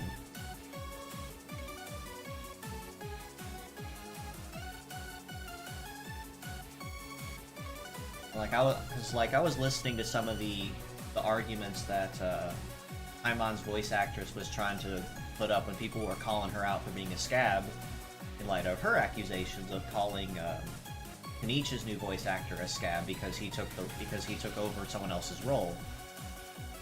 And she basically doubled down on it, like saying, you know I'm a scab, and you know it's technically I'm no different than anyone else because I'm still working.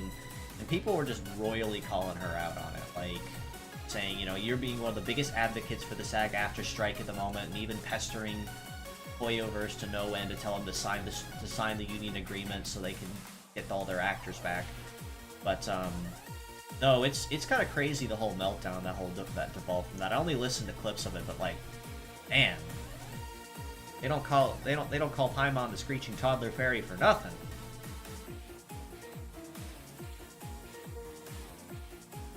Had to have gotten that talent from somewhere with a lot of practice.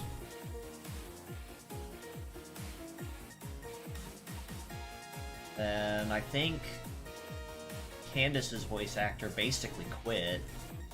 Same, you know, under the same deal, but she got a little more explosive. I think Kaching's voice actress also is going to be getting in a lot of trouble with it too, because she kind of doubled down. I don't know, like I said, consider me old-fashioned, but if you're going to be advocating for stuff like that, first of all, why are you attacking your own crew like that? Like, I understand if you're upset that the person that you used to work with before for that character got recast. I think it's fair for you to be upset. I'm not saying you shouldn't be. But to basically dogpile somebody like day one because they got excited to take on a role, and then calling it things like, this isn't a passing of the torch, and like saying without saying, this guy will never be one of us or whatever. It's like a clique. It's like, why do you do that? But like, I understand with the strike, you know, a lot of people have had to take unpaid roles, or a lot of characters have ended up having to go silent because, you know, they're not voicing the characters. I get that, but if you're being one of the biggest advocates for it, yet you're still being paid for your roles, don't look the gift horse in the mouth. That's all I guess that's all I can say about it. Like, these people that you're supposedly striking against are paying your bills and paying your income. Why are you slapping them in the face with it? That'd be more this whole meltdown and everything over the new voice actors and such. It's a very bad look. Like, it's so bad right now that I was reading even the Chinese Genshin communities are looking at the Westerns and going, wow, you guys have it really bad. And some of them feel really bad for us because several of our characters have gone voiceless for almost a year and a half now. And I was even reading some comments translated that said that that the Chinese community was going to try to petition on the EN community's behalf to Hoyoverse to recast the actors that were making the big fuss.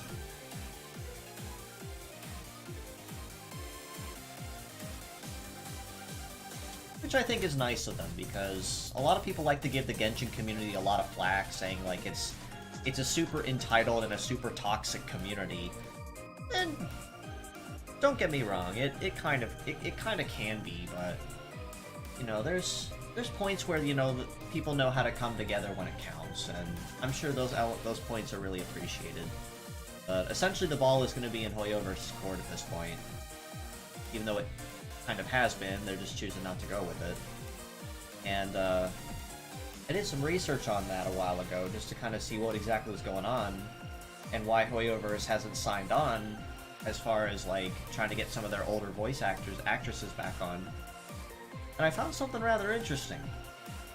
The reason why Hoyoverse hasn't signed on, well, there's actually a number of reasons.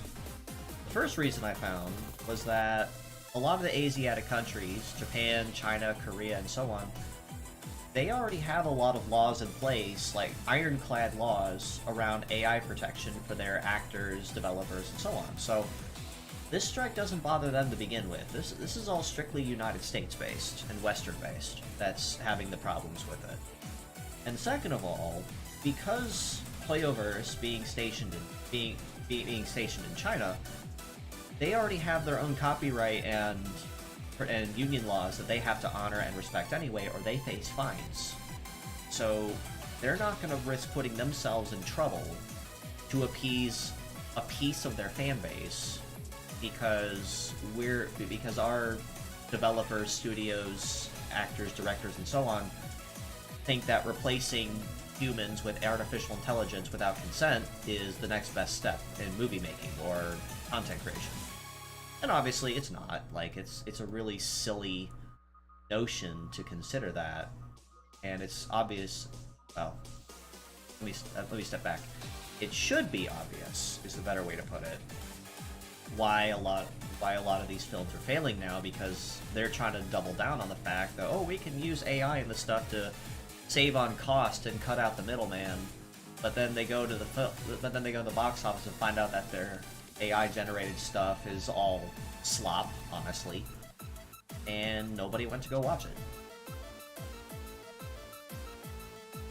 Kind of one reason why I stopped watching Disney movies a while ago, because they had this they're one of the biggest proponents for AI in that workplace, in that work field, and unlike most other companies which have either been willing to at least come to the negotiating table and talk about it, Disney's been one of those few that's kind of doubled down, and by extension, alongside, you know, Marvel,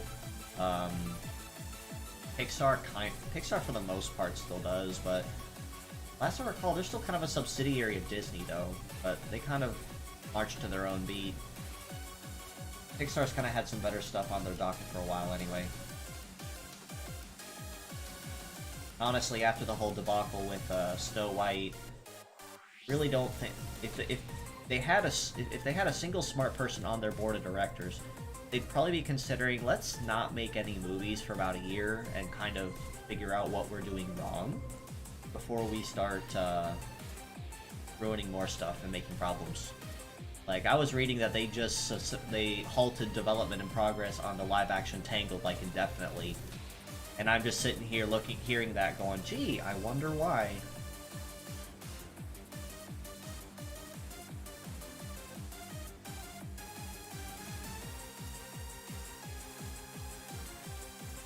Folks are probably going to be looking at this chat going, Kuura, why are you getting all political now? We were just here to chat and hang out and have fun.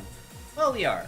I don't like to get political for various reasons, but especially when it comes to things like AI and such like that, and the whole SAG-AFTRA strike and everything like that, I tend to get passionate about it because, you know, I'm a content creator, I'm an artist, and that kind of hits close to home for me. But let's be real. Any shade thrown at Disney is definitely not anything is not politically charged, because it's stuff everybody knows anyway.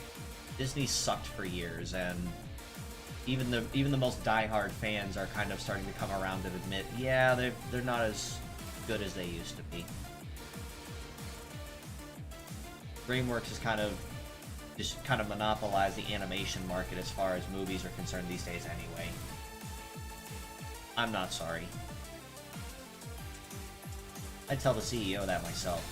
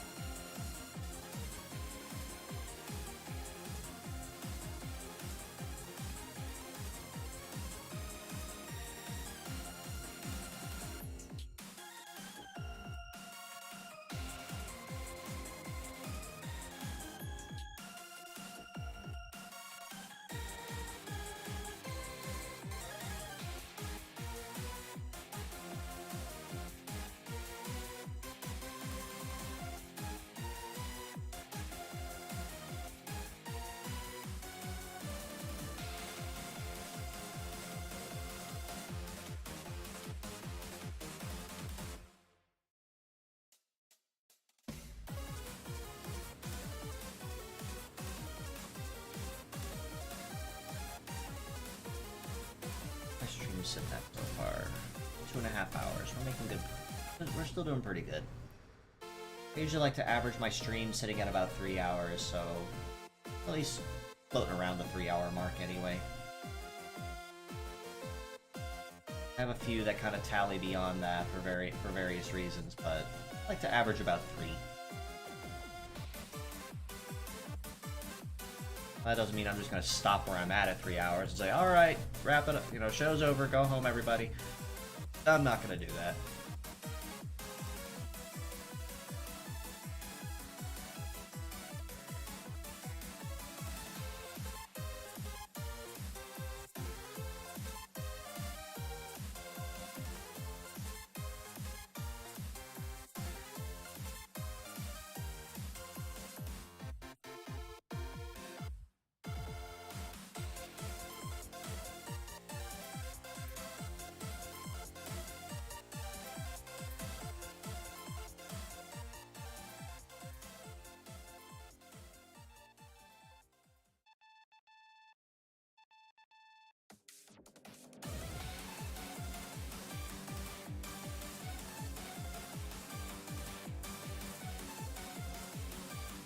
I gotta stretch my shoulders real quick. I'm getting stiff over here. Ugh.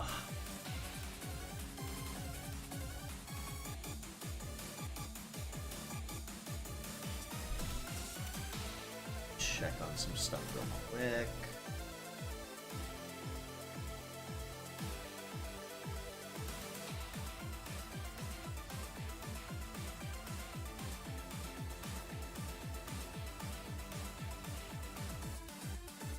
Stuff.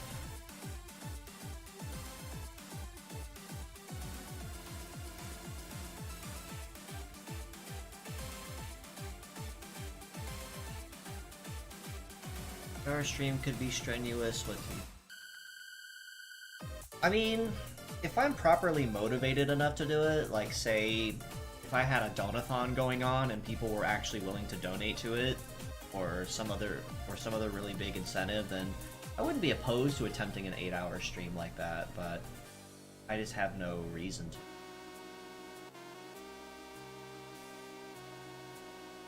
I think the longest stream I've ever run, it's not my What is Medarot stream. That one comes close, but it's not my longest, is, I think it was a couple tail end episodes for when I was doing my Dark Cloud 2 Let's Play. And, I kind of got overexcited on anticipating how long it would take me to finish a couple dungeons. So instead of it being, say, 3.5 hours, I ended up pushing it to like 5.5, maybe even 6, because I just wanted to be done with the area I was at, you know, to finish a chapter out and not leave in the middle of it, in the tail end of a chapter where I only have like 1 or 2 stages to go. It just didn't make sense.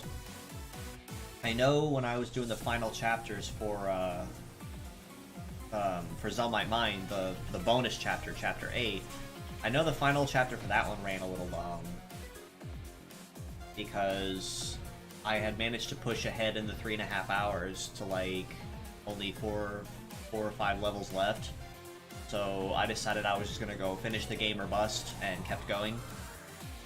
I didn't finish until about 2 in the morning, but you know, it was worth it. I had fun. Great game, by the way, if you're looking for something to play, or if you're a content creator looking for something to stream. That's a fantastic game. Love it. One of my resident childhood favorites.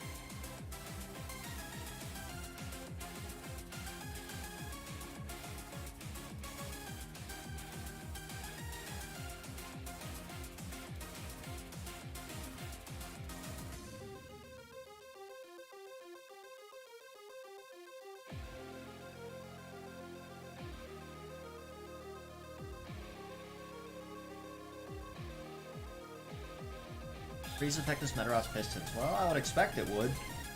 Able to stop most high-speed things cold, unintended. I see no reason why it would be immune to freeze. I recall the kit. Looking at the kit again, yeah, it's got heavy arms, so yeah, it'd be susceptible to freeze anyway. The only time that you're immune to freeze like that in games is if you're packing super armor. Which is a really handy ability to have, not gonna lie. Makes a lot of stall builds a whole lot easier to make. And more of a headache if you're trying to fight them.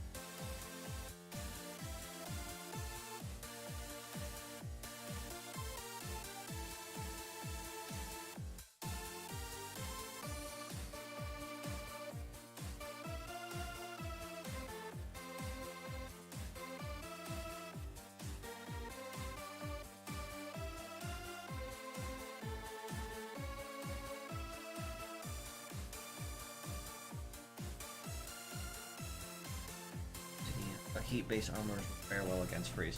Well, for the most, well, in a real-life situation, yeah. If you have heat-based to a degree, then yeah, you would most likely have immunity or resistance to high freeze attacks. But that would kind of break down the whole science and semantics as to what exactly constitutes all these parts and the alloys and the metals that go into making them.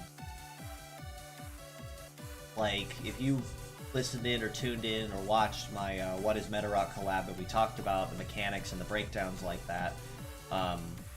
We talked about that in detail, like the specialized alloy that all the parts are made of, and what exactly constitutes the tin pad and what it's capable of, and all that fun stuff, really, which is great. But I am of the firm opinion that depending on the part in question, there may also be other metals or minerals that are mixed in to give it extra perks. For instance, I am of the very strong and firm opinion that shield-based parts, or heavy bulk in particular, is laced with tungsten as part of the alloy composition.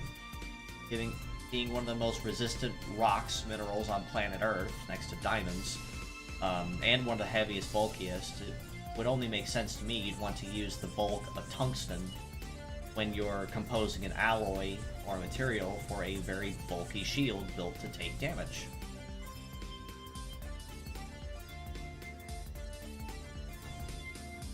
Just a fair warning on the What is Metarod. It is something you will want to commit an afternoon to, because it is about 4 hours. Now granted, the first, I'll say about 40 minutes or so. Well, the first 15 is, of course, my intro that you can skip immediately, but the first 30 to 45 after that is mostly just me and my guests talking about, like, you know, how long we've been in the series, how did we learn about it, you know, what's our favorite model, just kind of warming up and getting everything started. But yeah, figure the whole thing from start to finish is about 4 hours, so it'll be a bit of a time commitment. But yeah, basically all the questions, all the answers, all in one place, and for the first place ever, and the first time ever in Western fan history, that all the information was explained in such thorough detail. Like, every once in a while you'll come across a content creator who may be great, who maybe glazes over Metarod, like one of the games is like a retrospective, but never actually goes into the story or the details of the lore because none of it was translated, obviously. But I had some insider information from some very high places in the development team of Medarot, or contracted or had worked with them, such as Mr. Tagro and Miss Hirano Kana, and got some wonderful information from them that helped serve as the centerpieces for a lot of those discussions.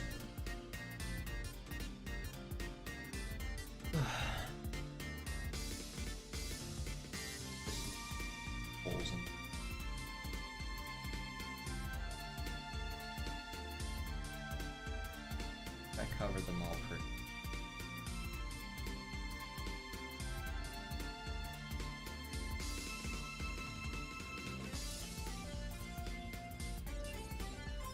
Oh.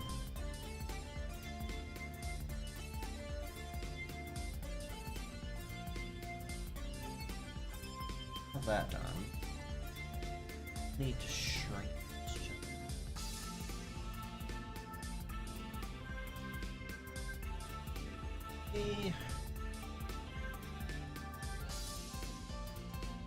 No, I don't have to. I'll do. I will shrink the swatch. Proper down here.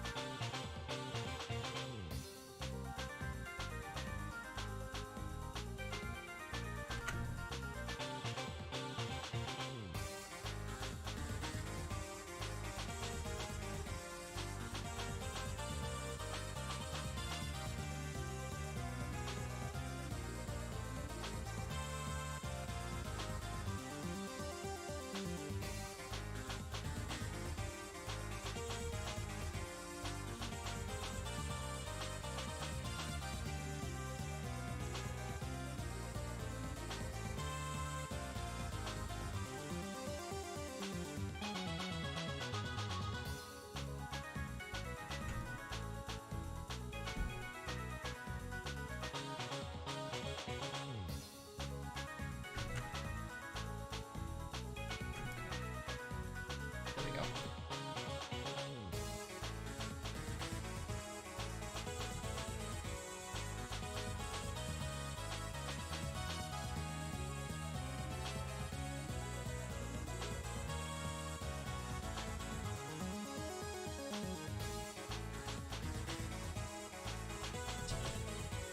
There we go. That's a little better.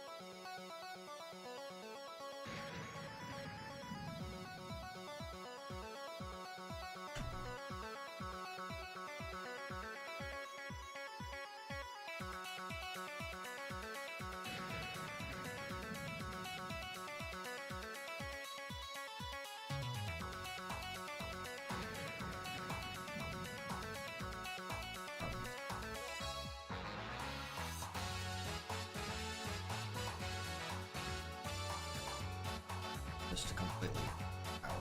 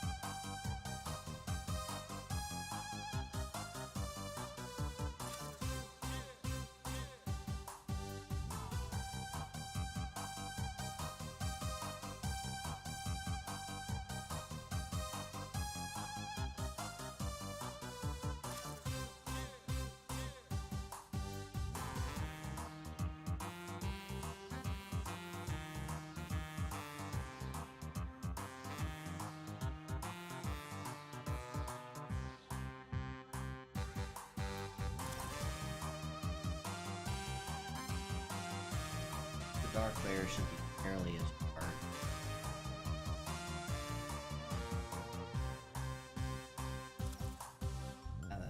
Basically.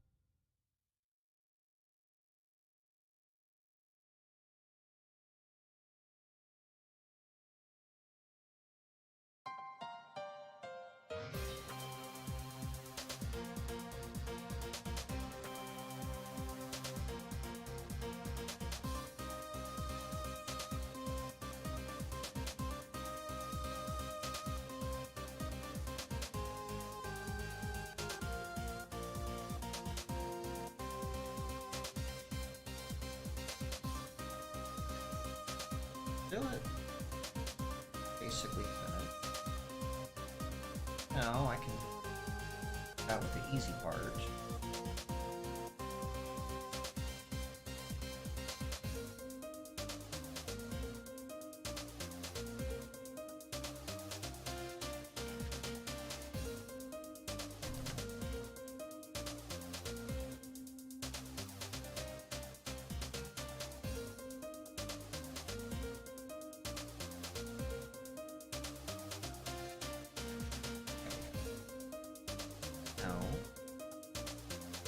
I'm gonna try to do with this year's batch. I'm gonna choose to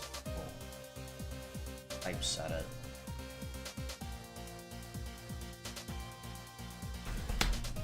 So it looks a little cleaner.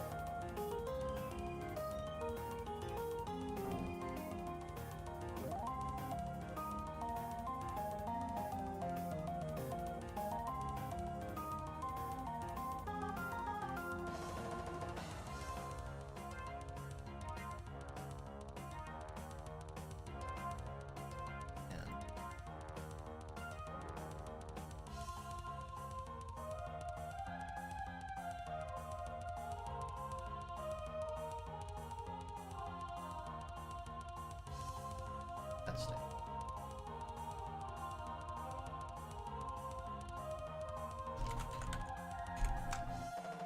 Oh, me up, I mistyped this part.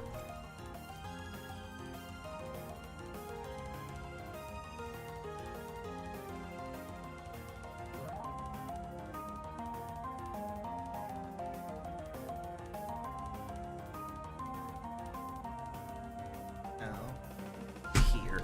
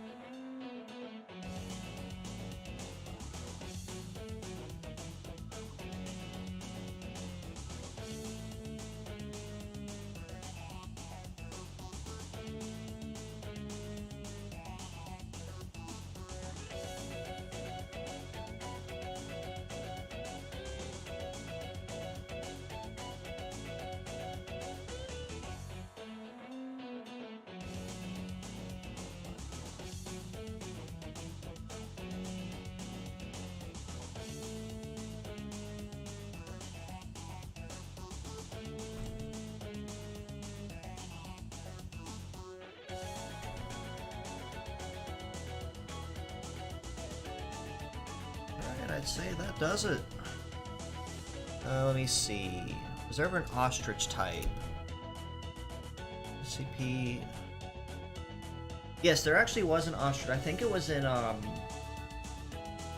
think it was in 5. I know 5 had a lot of really funky animal types. To double check which one exactly it is, but yeah, there is for sure at least one ostrich type. Then looking through the Metabots list, gotta say Dave sounds like a chill guy.